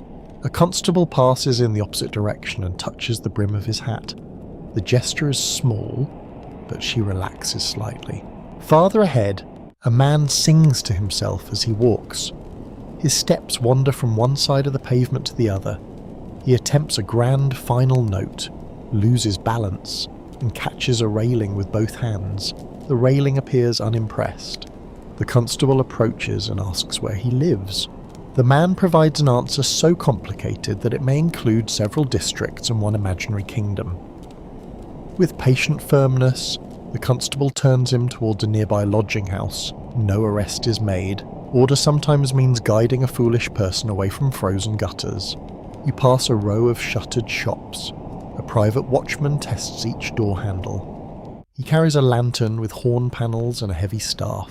His employer pays him to protect the property, not the entire neighbourhood. The distinction matters. One door gives slightly beneath his hand. He raises the lantern, examines the lock, then knocks at the adjoining entrance. A sleepy shopkeeper appears in a cap and dressing gown. The two men inspect the latch together. Nothing has been stolen. The shopkeeper mutters thanks and secures the door properly. The watchman continues. At another corner, a messenger boy waits beneath an awning. He holds a folded note inside his coat. His employer has sent him across the city with instructions that cannot wait until morning. He may be carrying news of illness, a business decision, or a request for money. The message is sealed, but the cold is public. He rubs his hands, checks the street, and begins running. You hear wheels approaching through the snow. A physician's carriage passes quickly, its lamps shaking. The driver urges the horse onward while the doctor sits inside with a case at his feet. Somewhere, a household listens for that arrival with growing fear. The carriage disappears into the haze. Night gives every journey greater weight. A closed door may conceal peace or crisis. A hurried step may mean duty or danger. A lamp moving in the distance may belong to a servant, a thief, a nurse, or a man searching for the address he was certain he remembered. You continue beneath the scattered lights while constables, porters, sellers, guards, messengers, and travellers share the cold streets. Their lives cross briefly, then separate. Each person carries a task, a worry, or a destination through the snow. The city does not sleep all at once. It rests room by room while the people of the night keep walking. You enter a district where the streets narrow and the houses lean close enough to hide much of the sky. Snow settles on broken ledges and crooked roofs, but the white surface does little to brighten the passages below. Here, the lamps are fewer, the shadows broader, and every doorway seems to hold a private story. Your footsteps sound louder than expected. The pavement is uneven beneath the snow. A loose stone shifts under your boot. Water drips from a gutter and freezes along the wall. Somewhere nearby, a latch clicks. You turn, but no one appears. London tonight invites suspicion, because so much life remains hidden behind wood, brick, cloth, and darkness. A narrow court may contain 20 families, a workshop, a drinking room, a pawnbroker, and several people who prefer not to answer questions. Poverty creates crowded spaces where strangers know one another's habits, but not always their names. Records confirm that theft is among the most commonly prosecuted crimes in 19th century London. Stolen goods range from handkerchiefs and food to watches, tools, clothing, and household objects. Small items disappear easily, travel quickly, and can be sold through networks that blur the line between formal trade and criminal exchange. You feel one hand move instinctively toward your coat pocket. A group of young men stands beneath an archway. They are talking quietly, though their eyes follow everyone who passes. One wears a cap pulled low, another turns a coin across his knuckles. Their presence may mean nothing. They may be waiting for a friend, sheltering from snow, or discussing work. Still, you choose the wider side of the lane. Fear is often built from uncertainty rather than evidence. A person glances too long, a step follows yours for several yards. A door closes when you approach. The mind fills every gap with danger, especially when the light is weak and the city feels endless. A woman approaches carrying a small purse beneath her shawl. She walks quickly and keeps close to two other pedestrians. Pickpockets often work where bodies crowd together, but an empty street brings different risks. Safety lies somewhere between isolation and pressure, which is not especially helpful when choosing a route home. One curious footnote concerns handkerchief theft. A silk handkerchief can be pulled from a pocket with surprising speed, then passed to an accomplice before the victim turns around. Skilled thieves may practice the motion until it becomes nearly invisible. It is a strange craft, requiring delicate fingers, steady nerves, and an unfortunate attitude toward ownership. You reach the entrance of a public house where laughter spills through a half-open door. Two men argue near the step, their voices rise. One points a finger close to the other's face. A third man attempts to calm them while holding a cup with admirable devotion. The landlord appears and orders everyone inside or away. The argument ends without violence, pride survives. The drink remains upright. London has seen worse endings. You continue past a pawnbroker's shop marked by 3 hanging spheres. The shutters are closed, but the business behind them serves people from nearly every social rank. A worker may pledge a coat to buy food, then redeem it on payday. A servant may pawn a small possession during difficulty. A thief may attempt to sell property that belongs to someone else. The pawnbroker must judge objects and people quickly. A watch may be genuine or false. A coat may be honestly owned or freshly stolen. Questions protect the business, but too many questions drive customers elsewhere. Scholars argue over how much pawnbroking supported criminal markets, since the same shops also provide essential short-term credit to households excluded from banks. Respectability and suspicion share the same counter. One person sees exploitation, another sees survival. A whistle sounds in the distance. The note cuts through the snow and silence. A constable turns into the lane at a brisk pace. Another appears farther along. They move toward a commotion near a warehouse door. You follow carefully. A man is being held by 2 night workers. A broken lock hangs from the entrance. The accused insists he found the door open. One worker claims he saw a tool in the man's hand. The other says he heard wood split. The constable listens to each account. Nothing about the scene is grand. There is no dramatic confession, no clever speech, no crowd applauding justice. But there is wet snow, confusion, anger, and a man whose future may depend upon what can be proved. The constable searches him and finds a small iron instrument. The man says it is used in his trade.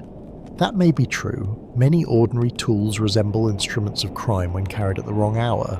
He is taken away for further questioning. The warehouse workers remain behind to secure the door. One shakes from cold and excitement. The other tries to repair the lock with numb hands. Their employer will demand an explanation in the morning, and explanations are rarely improved by frozen fingers. You turn into another passage where several lodging rooms share a single entrance.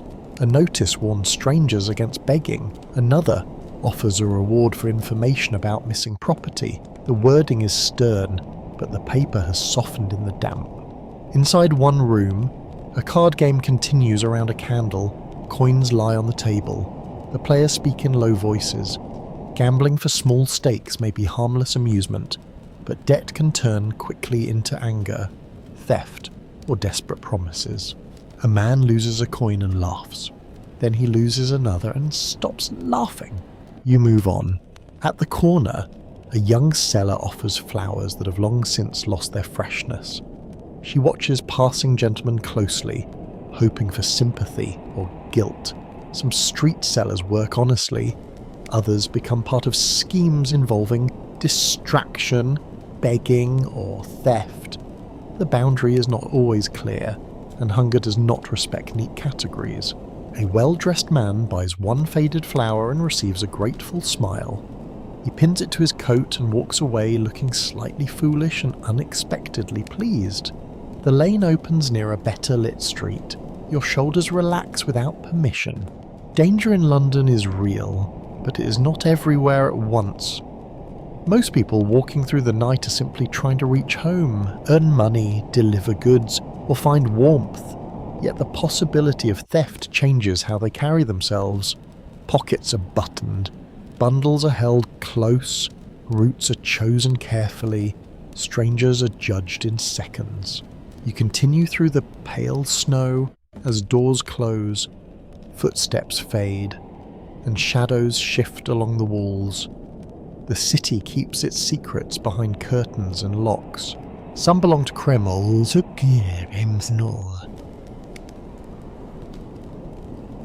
Most belong to ordinary people protecting the little they have. You step away from the busier road and enter a square where a church rises behind iron railings. Snow rests along the stone steps and gathers in the carved ledges around the windows. The tower stands dark against the cloudy sky, while a faint glow shines through a narrow doorway near the side. A bell begins to sound. The first note is deep enough to seem physical. You feel it in the cold air and beneath your coat. The second follows more softly, then another, each tone spreading over roofs, chimneys, courts, and sleeping rooms. The city receives the sound without stopping. Wheels continue to turn, or doors continue to close. Yet for a moment, every smaller noise appears to make space for the bell. You pause beneath a bare tree. Its branches hold thin lines of snow, delicate against the stone tower. The square feels strangely removed from the surrounding city. The churchyard walls block some of the wind. Footsteps are rare. The snow absorbs what remains of the street noise, leaving only the bell, the rustle of your coat, and the faint scrape of branches overhead. Records confirm that church bells help regulate daily life across 19th century London. They mark hours, services, funerals, celebrations, warnings, and moments of public importance. In a city where many people do not carry watches, sound serves as a shared clock. You pass through the gate. The iron latch is cold beneath your hand. Inside the churchyard, gravestones stand in uneven rows. Some lean sharply, others are softened by moss and age. Snow gathers on their tops, hiding names, dates, and lines of affection beneath a white covering. You move slowly between them. The stones speak of merchants, children, widows, sailors, craftsmen, and people whose professions are not mentioned at all. Some inscriptions are long and proud, others are almost erased. Wealth may purchase finer stone and more elaborate carving, but weather eventually becomes the most patient editor in London. Near the church wall, a caretaker clears snow from a narrow path. His shovel strikes frozen ground with a dull knock. He works methodically, pausing now and then to straighten his back. A curious aside concerns the crowded burial grounds of the city. Some churchyards become so full that older graves are disturbed when new burials take place. Complaints about smell, sanitation, and lack of space grow louder during the 19th century. Even the dead, it seems, face a housing crisis.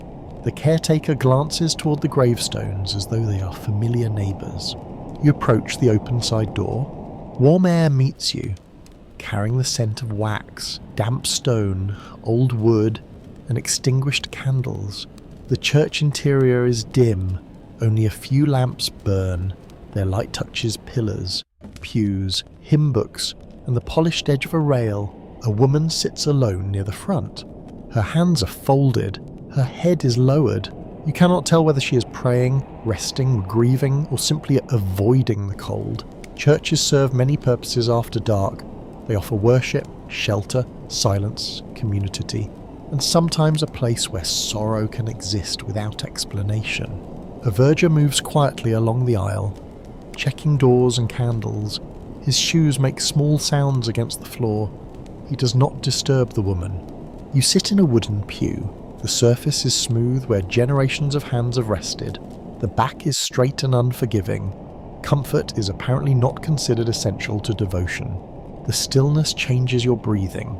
Outside, London strains beneath commerce, traffic, labour, smoke, hunger, and ambition. Inside, time seems slower.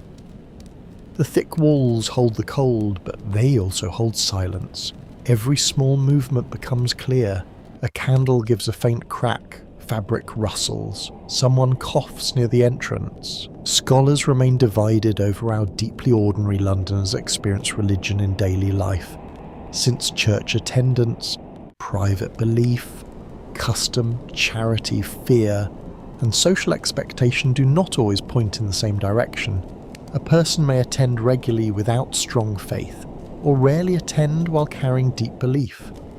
Records count bodies more easily than convictions. A clergyman enters from a side passage and speaks quietly with the woman near the front. She nods once. He sits beside her rather than standing above her. The scene contains no grand sermon. It is simply two people sharing a private burden beneath a high roof. You notice a collection box near the aisle. Churches and religious societies organise food, coal, clothing, schooling, and visits for the poor. Some aid is generous and practical, some arrives with stern questions about morality. Assistance may require proof of good conduct, regular attendance, or visible gratitude. The poor learn to navigate these expectations. A widow may need bread more urgently than she needs approval, but approval may be the price of bread. You leave the pew and continue toward the rear of the church. A board lists charitable funds and local benefactors. Wealthy names appear in careful lettering. Donations bring relief, influence, reputation, and sometimes all three at once. Near the entrance, a small boy helps stack hymn books. He carries too many, drops two, then looks around to see whether anyone noticed. The verger notices and pretends not to. Outside again, the bell has stopped. Its absence feels almost louder than its sound. Snow continues to fall through the churchyard. The city beyond the gate seems farther away, though only a few walls separate you from taverns, lodging rooms, shops, and crowded homes. A funeral carriage would look very different here by daylight. Mourners would gather, horses would stand in black harness, the bell would sound with measured solemnity. Tonight, the churchyard rests without ceremony. You follow the path towards the gate. At the corner of the square, another church answers with a distant chime. Then a third bell reaches you from across the rooftops. Their notes overlap, each belonging to a different parish, a different tower, a different community. For centuries, these sounds divide the city into neighbourhoods of memory and obligation. Births are recorded, marriages are witnessed, deaths are named. The church becomes an archive of ordinary lives, though many lives still slip beyond written notice. You stand beside the railing and listen. The bells do not remove hardship. They do not warm rooms, fill empty bowls, or shorten the working day. Yet they offer rhythm. They remind the sleepless that time continues. They tell the lonely that others hear the same hour. The final note fades over the snow rocks. Silence returns, not empty, but full of everything the city has chosen not to say. You turn into a street where painted signs hang above several doorways, each promising a bed, a meal, a drink, or at least temporary shelter from the snow. Some buildings are respectable inns with stables, dining rooms, and private chambers. Others are crowded lodging houses where a few coins purchase little more than floor space, shared air, and the hope that no one steals your boots. A lantern swings above one entrance. Warm light spills across the pavement as the door opens. A traveller steps inside carrying a leather case, and the smell of wet wool, ale, smoke, and cooked meat reaches you through the gap. You follow. The common room is low and busy, and a fire burns in a wide grate. Benches line the walls. Men and women sit around heavy tables marked by years of cups, knives, elbows, and careless spills. A serving girl moves between them, with a tray balanced against one hip. The noise is steady rather than wild. Conversation rises in layers. A merchant discusses road conditions. Two labourers compare wages. A woman asks whether the northern coach has arrived. Someone near the fire snores openly and without apology. Records confirm that coaching inns remain important points of travel and communication in London during the middle 19th century. Though expanding railways are beginning to alter old routes, inns provide food, rooms, stabling, news and connections between city streets and roads leading across the country. A landlord stands behind the counter, studying every newcomer. He must judge whether a guest can pay, whether luggage appears honest, whether a traveller brings trouble, and whether a room can somehow be found when every bed already seems occupied. Hospitality requires warmth, but business requires suspicion. You move toward the fire, heat reaches your coat slowly. Snow melts along your shoulders and drips onto the floor. A man beside you lifts his cup and shifts half an inch, which is apparently the full amount of space he's willing to surrender. At a nearby table, a family eats bread, cheese, and hot broth. Their clothes suggest travel rather than poverty. The youngest child fights sleep, leaning first against the mother, then against a bundle, then nearly into the bowl. The father asks the landlord about a room. Only one remains. It is small, cold, and directly above the stable. The father accepts before the description is complete. A curious footnote concerns sleeping arrangements at busy inns. Travellers who arrive late may share chambers with strangers, sometimes even sharing a bed. Privacy depends upon price, luck, and how strongly one objects. A person hoping for solitude may instead receive a snoring companion and a detailed history of someone else's digestion. Upstairs, the corridor is narrow and dark. Candlelight reveals numbered doors, patched plaster, and a runner worn thin at the centre. A maid carries fresh linen over one arm and a chamber pot in the other, performing a balance that deserves greater public admiration. You look into a small room. The bed is enclosed by curtains to keep out draughts. A washstand holds a basin and jug. A single chair stands beneath the window. Frost gathers on the inside of the glass. The room is private, but only barely warm. Below, horses shift in the stable, and every movement travels through the floorboards.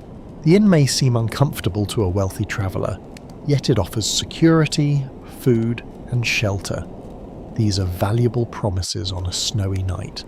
You return to the street and enter a very different establishment.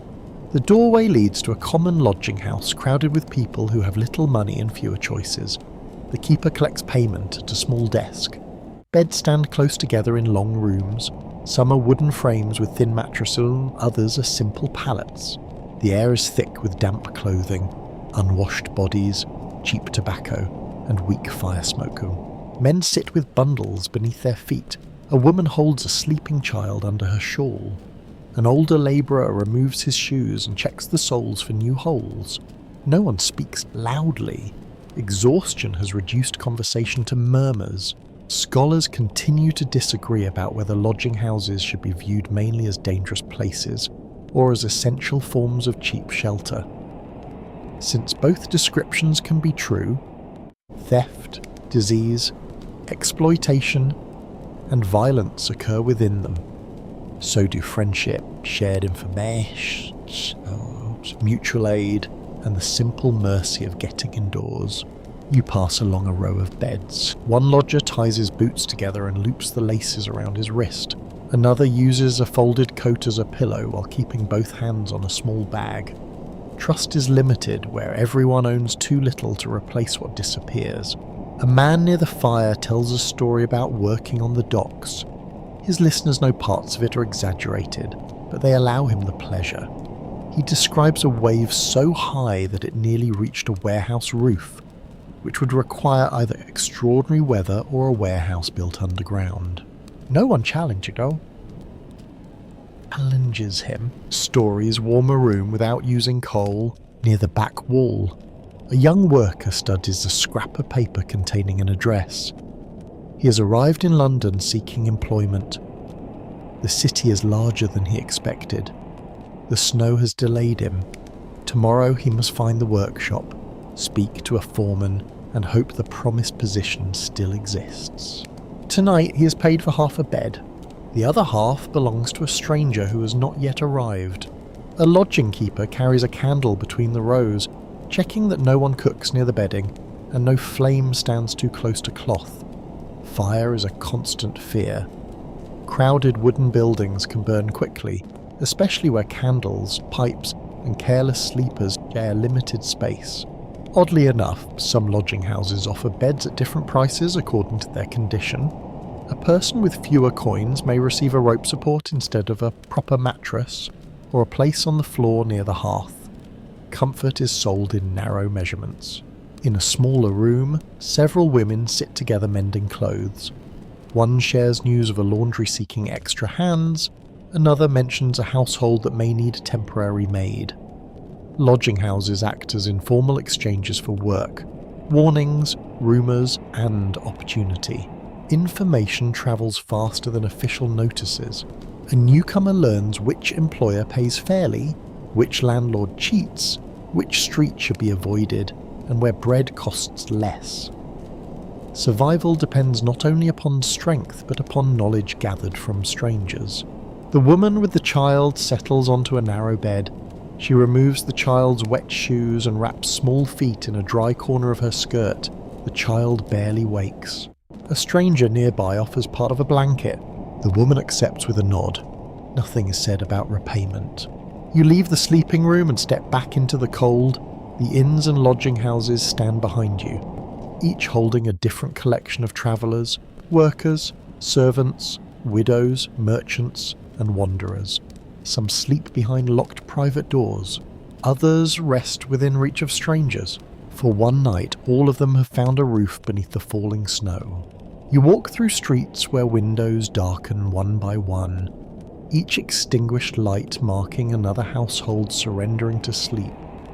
The snow has softened the city into gentler shapes.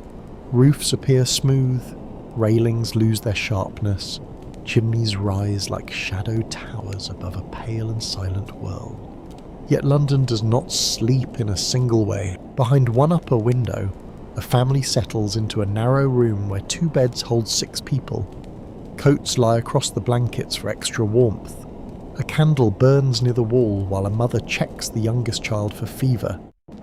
The father turns his face toward the window, listening to the wind press snow against the glass. Records confirm that overcrowding is common in many working districts, with entire families often sharing one room for eating, labour, washing, and sleep. Beds may be shared by several children, or used in shifts when different workers return at different hours.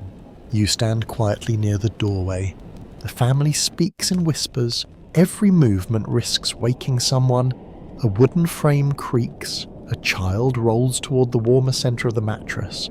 The mother lowers the candle flame until the room becomes amber, then grey, then almost completely dark. The fire has been reduced to save fuel. A faint red glow remains beneath the ash. Across the street, a prosperous bedroom offers a different kind of silence. Curtains surround a broad bed, thick rugs cover the floor, a porcelain jug stands beside a polished basin. The room has been warmed, the sheets prepared, and the shutters secured. The sleeper lies beneath heavy blankets while snow gathers on the outer sill. Comfort quiets many noises. Soft carpets hide footsteps. Solid doors block voices. Deep mattresses absorb movement. Even sleep sounds richer when every object has been designed to prevent inconvenience. A curious footnote concerns bed curtains. They help trap warmth and shield sleepers from drafts, but they also collect dust, smoke, and the occasional unwanted insect. A luxurious bed may resemble a private chamber, though sometimes it is a private chamber shared with several tiny residents who pay no rent. You move toward the attic rooms beneath the roof. Here, the wind is louder. It slips through gaps in tile and timber. A servant lies on a narrow iron bed with one stocking still on because she was too tired to finish undressing. Her hands are rough from washing and cold water. She wakes at a distant sound. For a few seconds, she listens. No bell follows. Her eyes close again. In another attic, a seamstress remains awake beside a candle. Work rests across her knees. The needle rises and falls while the city grows quieter around her. She tells herself that one more seam will be enough, then one more sleeve, then one more button. Sleep must wait until the order is complete. Her neck aches. The candle has burned low. Wax runs along one side and hardens on the holder. She rubs her eyes, leans closer, and continues. Scholars remain divided over how much sleep ordinary workers receive during this period, because hours vary by trade, season, employment, household duty, and travel. Diaries describe fatigue, but they rarely represent everyone. Still, long labour and poor housing make deep, uninterrupted rest difficult for many. You pass through a workshop where men sleep near their tools. The benches are empty, but the room still smells of glue, sawdust, oil, and warm metal. One apprentice lies on a pallet behind a partition. Another sleeps beneath a coat near the stoves. Living close to work saves time and money, though it also means labour never fully leaves the room. Tools remain visible from the bed, dust settles on blankets. The first sound of morning comes not from birds, but from shutters opening and the foreman's voice. A rat moves beneath a cupboard. No one wakes. In a riverside building, sailors and dock workers rest in crowded quarters. Wet clothing hangs from nails. Boots stand in rows near the wall. The air carries tar, rope, salt and smoke. One man snores with astonishing force. Another turns over and mutters something unclear. A third lies awake, staring into darkness, thinking of wages, weather, and the ship that may leave without him if the river freezes harder. Sleep is never only physical. The mind continues its own journeys. A merchant dreams of delayed cargo. A mother counts unpaid bills in her head. A child imagines a feast. A servant hears imaginary bells. A clerk rehearses tomorrow's apology. A thief listens for footsteps that may exist only in guilt.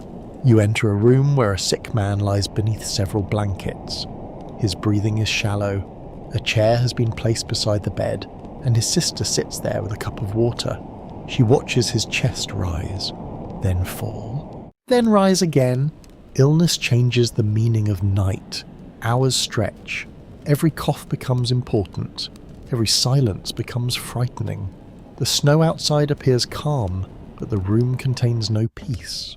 A doctor has promised to return by morning. Morning feels very far away. In another house, a newborn child wakes and begins to cry. The sound travels through thin walls and into the neighbouring room. A woman groans, pulls a pillow over one ear, then laughs softly at her own irritation. The child's mother rises. She walks the small room slowly, holding the baby against her shoulder. Her feet are bare. The floor is cold. She whispers until the crying becomes a murmur, then a sigh. One scandalous aside is that some families use warming bottles filled with hot water, heated bricks wrapped in cloth, or even carefully covered pans of embers to keep beds warm. The method works, though careless use may scorch fabric or skin. Victorian comfort often comes with instructions that should not be ignored. You step into a watchmaker's room where clocks continue ticking after their owner sleeps. One ticks quickly. Another moves with grave importance. A third pauses, then resumes. The room seems full of small mechanical hearts. Their combined sound measures the night in hundreds of tiny beats. Outside, the snow falls across roofs where thousands of sleepers lie beneath different blankets and different burdens. Some dream beside fires, some curl around shared warmth, some remain awake by duty, fear, pain, or hunger. The city appears still from above. Inside, bodies turn, children stir, fires settle, clocks tick, and quiet thoughts continue beneath the white winter sky. You enter the deepest hours of the night, when the streets have emptied enough for hardship to stand in clearer view. Snow gathers undisturbed along walls and beneath bridges. The city seems calmer, but calm is not the same as rest. Behind closed doors, beneath arches, inside hospitals, and along frozen yards, many people remain awake because necessity refuses to sleep. A labourer crosses the road carrying a sack over one shoulder. His shift has ended late, yet his journey home may take another hour. The sack contains tools that must not be lost. His boots are cracked, and strips of cloth have been wrapped around his ankles to keep out some of the wet. Each step lands heavily. He pauses beneath a lamp and adjusts the weight. His hands tremble from cold and exhaustion. Records confirm that many London workers endure long and irregular hours, especially in transport, printing, baking, dock labour, domestic service, and seasonal trades. The working day does not always begin with sunrise or end with darkness. For some, midnight is merely another point on the clock. You follow him toward a yard where men unload late goods from a wagon. The driver wants the cargo moved quickly before more snow settles. Barrels are rolled across planks. Crates are lifted by rope. A foreman watches from beneath a covered doorway and urges greater speed. The workers say little. Energy is too valuable for conversation. One man slips on the packed snow and drops to one knee. The crate remains upright. He rises immediately and insists that he is unhurt, though his face tightens when he bends again. A missed shift may mean lost wages. Injury becomes something to deny until denial is no longer possible. You continue toward a bakery where the windows glow with fierce heat. Inside, bakers work through the night so bread can appear fresh by morning. Flour coats their hair, sleeves, and faces. Dough rests beneath cloth. Ovens radiate heavy warmth that makes the snowy street outside feel unreal. A baker kneads with both hands, pressing and folding in a steady rhythm. Another shapes loaves. A younger worker carries trays toward the oven while fighting a yawn.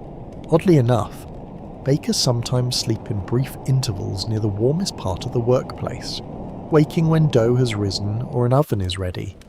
The arrangement sounds almost comfortable until you consider the flour dust, heat, cramped corners, and constant risk of being awakened by someone shouting about bread. You step away from the bakery and hear wheels approaching rapidly. A small carriage stops outside a hospital entrance. Two attendants hurry forward. A woman inside holds a child wrapped in blankets. The child's face is pale, and the mother speaks too quickly, trying to explain several hours of illness in a single breath. The doors open. Warm light spills over the snow. Hospitals in this period offer care that is expanding but still limited by crowded wards, incomplete medical knowledge, and uneven sanitation. Records confirm that charitable hospitals treat many patients who cannot afford private physicians, though admission may depend upon rules, recommendations, available beds, or the nature of the illness. You enter the corridor. The air smells of soap, damp linen, broth, medicines, and coal smoke. A nurse carries a basin between rows of beds. Her shoes move quietly across the floor. She has learned to recognize different forms of silence. One patient sleeps, another cannot. A third pretends to sleep because conversation requires strength. The child is examined beneath lamplight. The mother stands nearby with both hands pressed together. She watches every movement of the physician's face, searching for reassurance before any words are spoken. Scholars remain divided over how much confidence ordinary people place in hospitals during the middle 19th century. Since such institutions can offer treatment and shelter while also inspiring fear, some families see hospitals as places of rescue. Others associate them with poverty, separation, and death. The mother has no time for debate. She wants the child's breathing to ease. You move into a ward where an elderly man lies awake beneath a rough blanket. He asks the nurse what time it is. She tells him. He nods, then asks again several minutes later. Pain has altered his sense of time. The nurse wets a cloth and places it on his forehead. Her movements are calm, though fatigue shows beneath her eyes. She has been standing for hours. Another patient calls her name before she finishes. Care travels from bed to bed, never quite complete. Outside the hospital, a woman walks with a baby hidden beneath her cloak. She is not seeking treatment. She is searching for somewhere warmer than the room she left. The fire there has gone out, and no coal remains.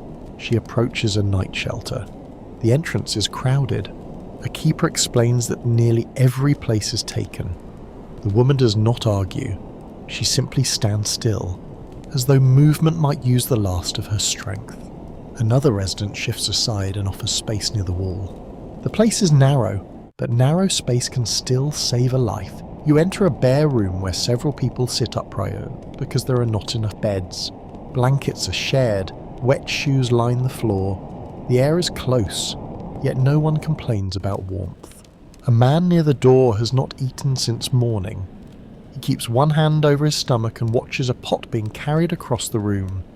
The contents are divided into small cups. He receives one. The broth is thin, but the steam rises from it. He drinks slowly, making each mouthful last. A curious aside concerns the use of newspapers as insulation. People sometimes place folded sheets beneath clothing, inside shoes, or across bedding to block wind. The news may be old, but it still performs a public service by keeping one more layer between the body and the cold. You walk toward the river, where the snow blows more sharply across open ground. Several men wait near a gate, hoping for work when activity resumes. They have arrived early because being present may improve their chances. No promise has been made. The foreman may choose only a few. One man keeps walking in circles to stay warm. Another stamps his feet. A third stands completely still, saving energy. Their hunger is quiet. Desperation rarely announces itself with grand speeches. It appears in careful glances, repaired clothing, delayed meals, and the decision to remain outside because leaving may mean losing the possibility of wages. Near a cellar doorway, a mother sits awake beside two sleeping children. She has placed the better blanket over them and wrapped herself in a shawl. Water has frozen inside a cup near the walls. She listens to their breathing. One child turns and reaches for her, and she gives it without hesitation. The room is dark except for a faint glow from the street. No fire burns, no clock ticks. Time is measured by cold, by hunger, and by the distance remaining until daylight. You stand quietly as snow presses against the window. Across London, workers lift, nurses watch, mothers comfort, patients endure, and the poor negotiate with winter 1 hour at a time. Midnight does not end their burdens. It only makes them quieter. A thin grey light begins to gather behind the frozen windows. At first, it is not enough to reveal shape or colour. It simply weakens the darkness. The black panes turn charcoal, then pearl, while delicate frost patterns brighten along the glass. Ferns, feathers, and branching rivers appear where moisture is frozen during the night. You stand near a window and watch the city return by degrees. Snow still covers the roofs. Chimneys rise from the whiteness like dark fingers. The sky is low and colourless. Yet the coming day carries its own quiet authority. Night may resist, but dawn does not ask permission. A hand reaches up with a cloth and rubs a circle in the frost. Through the clear patch, a woman studies the street below. She is already dressed for work. Her hair is pinned. Her shawl is wrapped tightly. A candle burns behind her, though its flame now seems weak beside the growing daylight. She checks the weather, sighs, and turns toward the room. The house begins to stir. A grate is opened. Ash collapses softly. Coal is arranged over the faint remains of the fire. Someone kneels and blows carefully until a small orange glow appears. Smoke enters the room for a moment before the chimney draws it upward. Records confirm that many London households begin their working day before sunrise, especially those connected with markets, transport, domestic service, printing, baking, and river trade. Winter darkness does not delay employment. It merely ensures that labour begins by candlelight. You hear a pump handle moving in the yard. The metal groans. The water splashes into a bucket. Sharp and clear in the cold air, a servant carries it indoors, careful not to spill any on the icy stones. Another sweeps snow from the steps before the household wakes fully. The street slowly develops a pulse. A milk seller appears first, moving from door to door with containers secured against the cold. His call travels through the pale morning. A cook opens a basement entrance, receives the milk, and checks the measure with a practiced eye. Farther down, a baker's boy carries a basket of loaves beneath a cloth. Warm bread gives off a faint, comforting scent. The boy walks quickly, partly because customers are waiting and partly because motion is the only heat he can afford. A curious footnote concerns frozen windows inside bedrooms. People may press a warm coin or spoon against the frost to create a tiny viewing hole. The method reveals the street while sacrificing only a little warmth, and it saves the trouble of opening a window, which no sensible person volunteers to do before breakfast. You move into a lodging room where sleepers begin to rise. Blankets shift, boots are pulled on. A man washes his face in water so cold that he gasps and stands upright at once. His companion laughs until he tries the same water. No one laughs then. Clothing is shaken, brushed, and fastened. A worker folds his bed covering with care. A woman wakes a child by rubbing small hands between her own. The room fills with coughs, whispers, and the scrape of furniture. Outside, the snow reflects the strengthening sky. It gives London an unusual brightness. Though the surface is already changing, footprints cross the pavement. Wheels press dark lines into the road. Soot falls steadily from chimneys and settles in fine specks. The first omnibus rolls past with only a few passengers. Its driver hunches over the reins. The horses move cautiously, testing the road with each step. Behind them, a cart carries vegetables toward a morning stall. You hear church clocks marking the hour. Their bells overlap across the rooftops. Some sound clear. Others arrive softened by distance and smoke. The city listens without pausing. In a grand house, shutters open one room at a time. A maid pulls back curtains and finds ice along the inner glass. She wipes the sill where melted frost may damage the wood.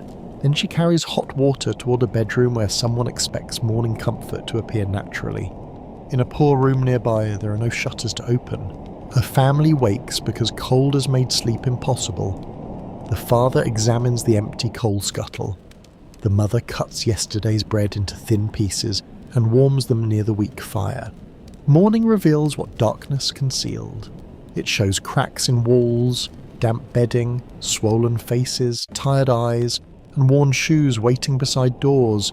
It also reveals small acts of care. A scarf is tied around a child. A cup is shared. A neighbour lends a coal shovel with several precious pieces still inside it.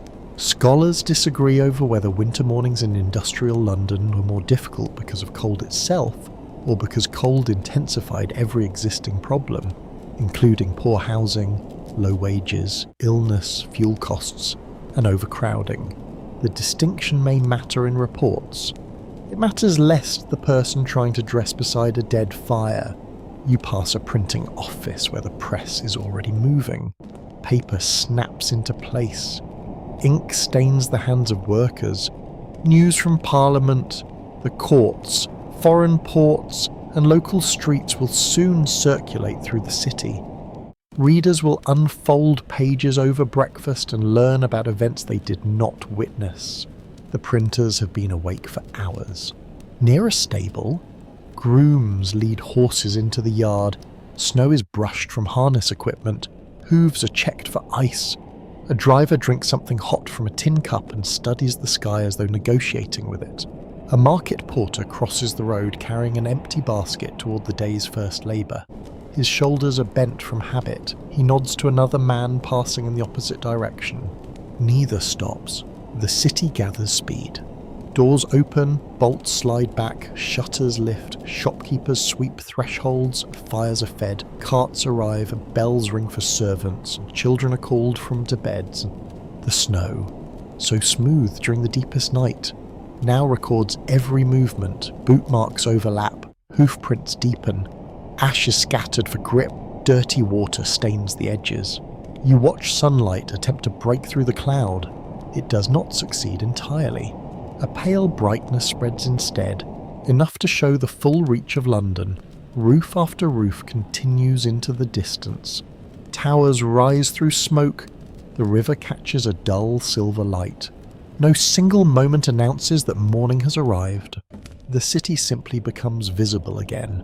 You breathe against the glass and watch the clear circle cloud over. Beneath you, people step into the snow carrying baskets, tools, parcels, worries, and plans. The night loosens its hold. London wakes with cold hands and determined feet. You step into the widening morning and see London with a clarity that darkness had softened. The snow remains on roofs and upper ledges, but the streets below are already changing colour. White becomes grey, grey becomes brown. Cartwheels carve through the surface, exposing stone, mud, straw, ash, and all the ordinary evidence of a city beginning another day. transformation is swift. A shopkeeper sweeps his threshold and pushes dirty snow toward the gutter. A servant scatters ash across polished steps to prevent slipping. A labourer uses a shovel to clear a path beside a warehouse. Each person creates a small island of order. Yet the city produces disorder faster than any single broom can defeat it. From a higher street, you can see rows of roofs stretching toward the river. The snowfall gives them temporary unity. Mansions, workshops, tenements, churches, stables, factories, and lodging houses all wear the same pale covering. At street level, the differences return. A carriage waits beside a broad townhouse. Its body has been cleaned, its lamps polished, and its horses brushed. A footman stands near the door with a folded blanket ready for the passenger. Across the road, a woman scrapes ice from the sole of a worn shoe while balancing a basket against one hip. Records confirm that London in 1847 is a city of extraordinary wealth and severe poverty living in close proximity. Banking, trade, construction, manufacturing, publishing, retail, and imperial commerce create fortunes. Yet many workers depend upon unstable wages and possess little protection against illness, unemployment, or rising prices. You walk beside a row of newly built houses. Fresh brick shows where the snow has slid from the walls. Builders have left stacks of timber beneath canvas. London is expanding outward, swallowing fields, joining villages, and drawing roads into a growing web of streets. A surveyor stands near the site with papers tucked beneath his coat. He studies lines and measurements while two workers carry boards through the slush. The future is imagined in neat plans, then lifted into existence by aching backs. Ambition is visible everywhere. A clerk hurries toward an office with ink stains on his fingers and hope of promotion in his mind. A shopkeeper arranges goods in the window, calculating how to attract better customers. A servant saves a portion of wages for a possible marriage or a small business. A porter dreams of steady work. A child carrying messages studies the signs above respectable doors and wonders what might lie behind them. Not every dream will succeed. Still, the city feeds upon expectation. One curious footnote concerns the snow itself as a social observer. On a clean morning, footprints reveal who passes where, which entrances are used, and how frequently certain doors open. A grand front step may show only a few elegant marks, while a narrow service passage becomes a crowded map of labour. You notice such a passage beside a large house. The front entrance remains almost untouched. At the rear, the snow is crushed by cooks, maids, delivery boys, coal carriers, and tradesmen. Comfort leaves many footprints, though most appear where guests never look. Farther on, a factory bell calls workers through a gate. Men, women, and older children enter in a steady line. Their faces show sleepiness, worry, resignation, and occasional conversation. The building windows glow above them. The bell does not care who is cold. Inside, machines will begin their repeated motion. Work will be measured by output, time, and discipline. Outside, owners and investors may discuss growth, contracts, and opportunity. Scholars continue to debate whether the expanding Victorian city offers greater social mobility than earlier society, or simply creates new forms of inequality. Some people rise through trade, education, invention, or luck. Many others spend their lives supporting prosperity they never share. You pass a schoolroom where children gather near the entrance. Those from comfortable families arrive with books, clean collars, and packed meals. Poorer children may attend irregularly, depending upon fees, work, family need, and local charity. Education promises improvement, but attending school can mean surrendering wages that a household requires immediately. A teacher brushes snow from the step. Several pupils whisper near the door. One has brought a slate with a cracked corner. Another carries no materials at all. They enter together, and for a few hours the room may treat them as learners rather than workers. burdens, or future servants. The city reveals survival in smaller gestures. A woman saves clean snow in a basin for washing because the pump is difficult to use. A man repairs a glove with thread rather than replace it. A baker sets aside damaged bread for a familiar customer. A stable boy shares his breakfast crust with a horse. A mother counts coins twice before entering a shop. Nothing appears heroic. Yet survival often hides inside ordinary decisions repeated with patience. Near the river, merchants inspect delayed goods. Snow has slowed movement, but business begins negotiating with weather immediately. Men check ropes, locks, manifests, and damage coverings. Money cannot command the sky, though it can hire many people to reduce the inconvenience. A warehouse owner complains about lost time. A dock worker listens without expression. Their definitions of loss are different. For the owner, delay may reduce profit. For the worker, delay may remove a day's wages. The same snow falls on both accounts, but the sums are never equal. You continue through a shopping district where windows brighten with morning display. Silk, silver, clocks, books, toys, and imported food stand beneath glass. The goods suggest abundance beyond imagination. Outside, a street seller offers a handful of simple items from a tray. Customers pass between these two worlds. One woman studies an expensive shawl through the window, then turns away and purchases a cheaper ribbon. The ribbon's small, but she holds it carefully. Desire does not belong only to the wealthy. Oddly enough, fresh snow can improve the appearance of fashionable streets so dramatically that residents praise the weather until traffic begins. Then the same people complain about wet hems, delayed deliveries, and dirty crossings. Beauty remains welcome until it becomes inconvenient. The city grows louder. Hammers strike, shutters rise, wheels grind, voices call, smoke thickens above the roofs. The clean silence of snowfall gives way to commerce, labour, instruction, bargainage, and movement. London now appears less like a sleeping giant and more like an enormous machine built from human effort. Yet a machine feels no hunger. It does not dream. It does not wrap a child in the better blanket or save one final piece of coal for evening. You look across the crowded road and understand that the city's true structure is not only brick, iron, stone and gas pipe. It is made from unequal chances, private hopes, unpaid care, physical endurance, and the stubborn refusal of millions of people to disappear. The snow reveals every roof. Morning reveals everyone beneath them. You stand where the street rises slightly above the river, and the whole city seems to gather beneath the pale winter sky. Snow rests on distant roofs, church towers, warehouse walls, and the dark ribs of bridges. Smoke rises in slow columns before spreading across the morning.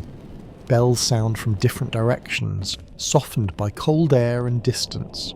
London is fully awake now, yet the memory of darkness remains in shaded alleys, frosted windows, and lamps still burning where daylight has not quite reached. The flames look weaker than they did at midnight. Their golden circles fade against the grey morning, but they continue their quiet duty until a lamplighter comes to extinguish them. You watch one approach with his pole resting against his shoulder. He moves from lamp to lamp, closing the gas and leaving each glass chamber dark. One flame disappears, then another. A street that seemed mysterious beneath their glow becomes ordinary brick, iron, mud, and traffic. Records confirm that gas lighting becomes one of the defining sights of 19th century London, extending working hours and reshaping public life. It changes how people shop, travel, gather, and imagine the modern city, yet every bright flame depends upon coal, industrial labour, underground pipes, maintenance, and money. The lamplighter reaches the final post near the corner. The flame shrinks, flickers, and vanishes. Morning inherits the street.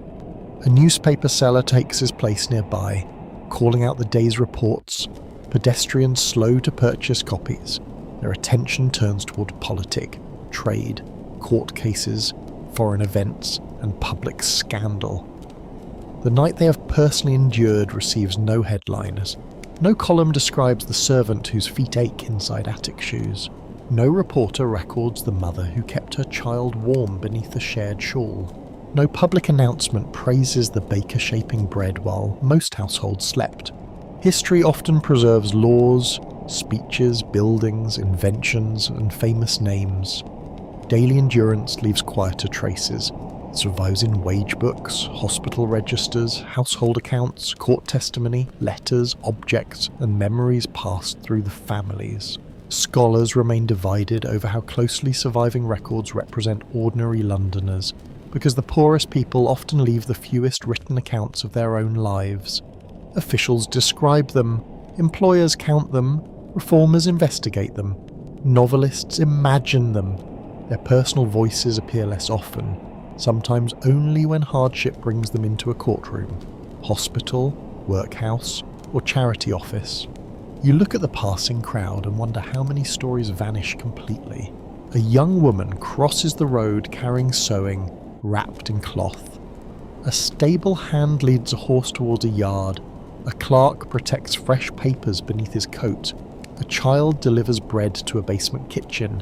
Each person enters the machinery of the day, yet none experiences the city in exactly the same way. London contains several London at once. There is the capital of government and ceremony. There is the city of bankers, merchants, and owners. There is the city of workshops, kitchens, docks, laundries, stables, and cramped rented rooms. There is also the private city carried inside of every resident, built from fear, affection, memory, hunger, ambition, and hope. One curious footnote concerns the rapid disappearance of urban snow. In a crowded city, clean white streets rarely remain clean for long. Soot descends from chimneys, ashes scattered for grip, horses and wheels churn the surface. What begins as a winter painting soon becomes a practical brown mixture that no poet is eager to describe. A cart passes and sends slush toward the pavement. You step aside just in time. The driver offers no apology, perhaps because he never notices.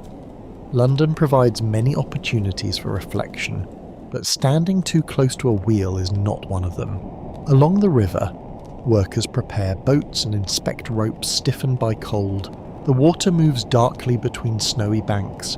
It carries barges, refuse, merchandise, and countless reflections broken by the current.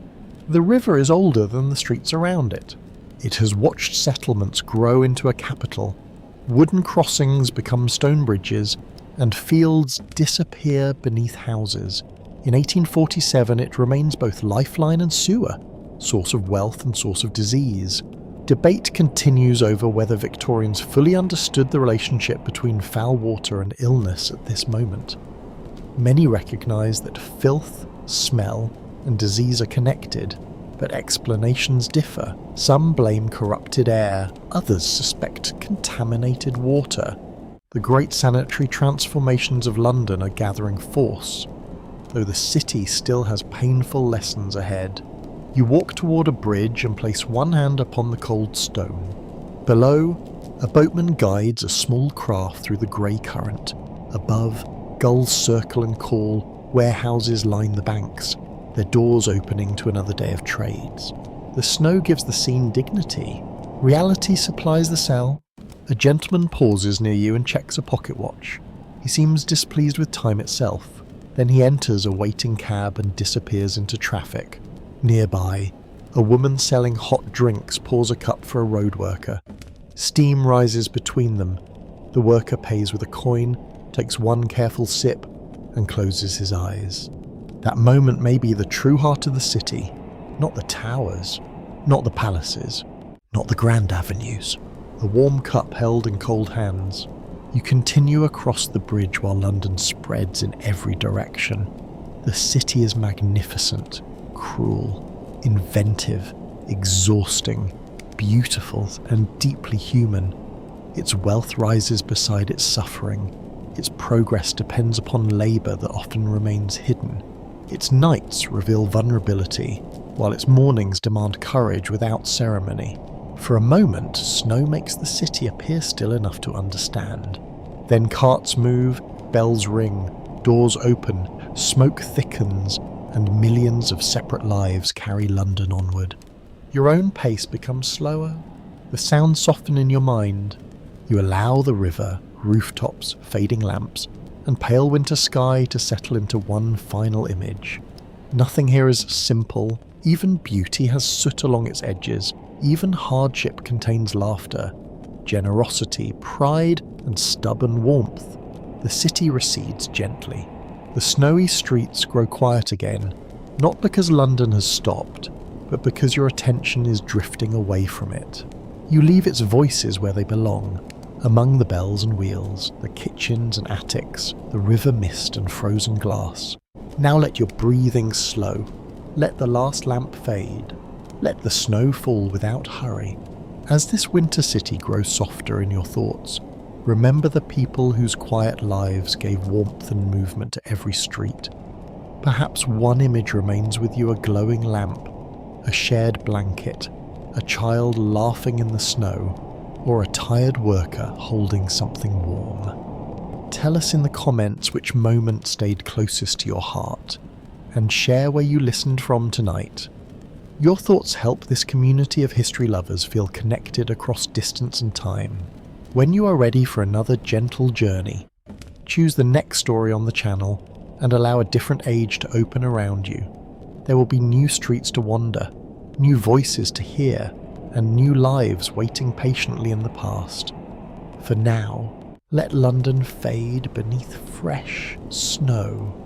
Let the bells grow distant. Let the river become still. Rest peacefully. Breathe slowly. And carry only the warmth of the story into sleep. Blessings to you and your family.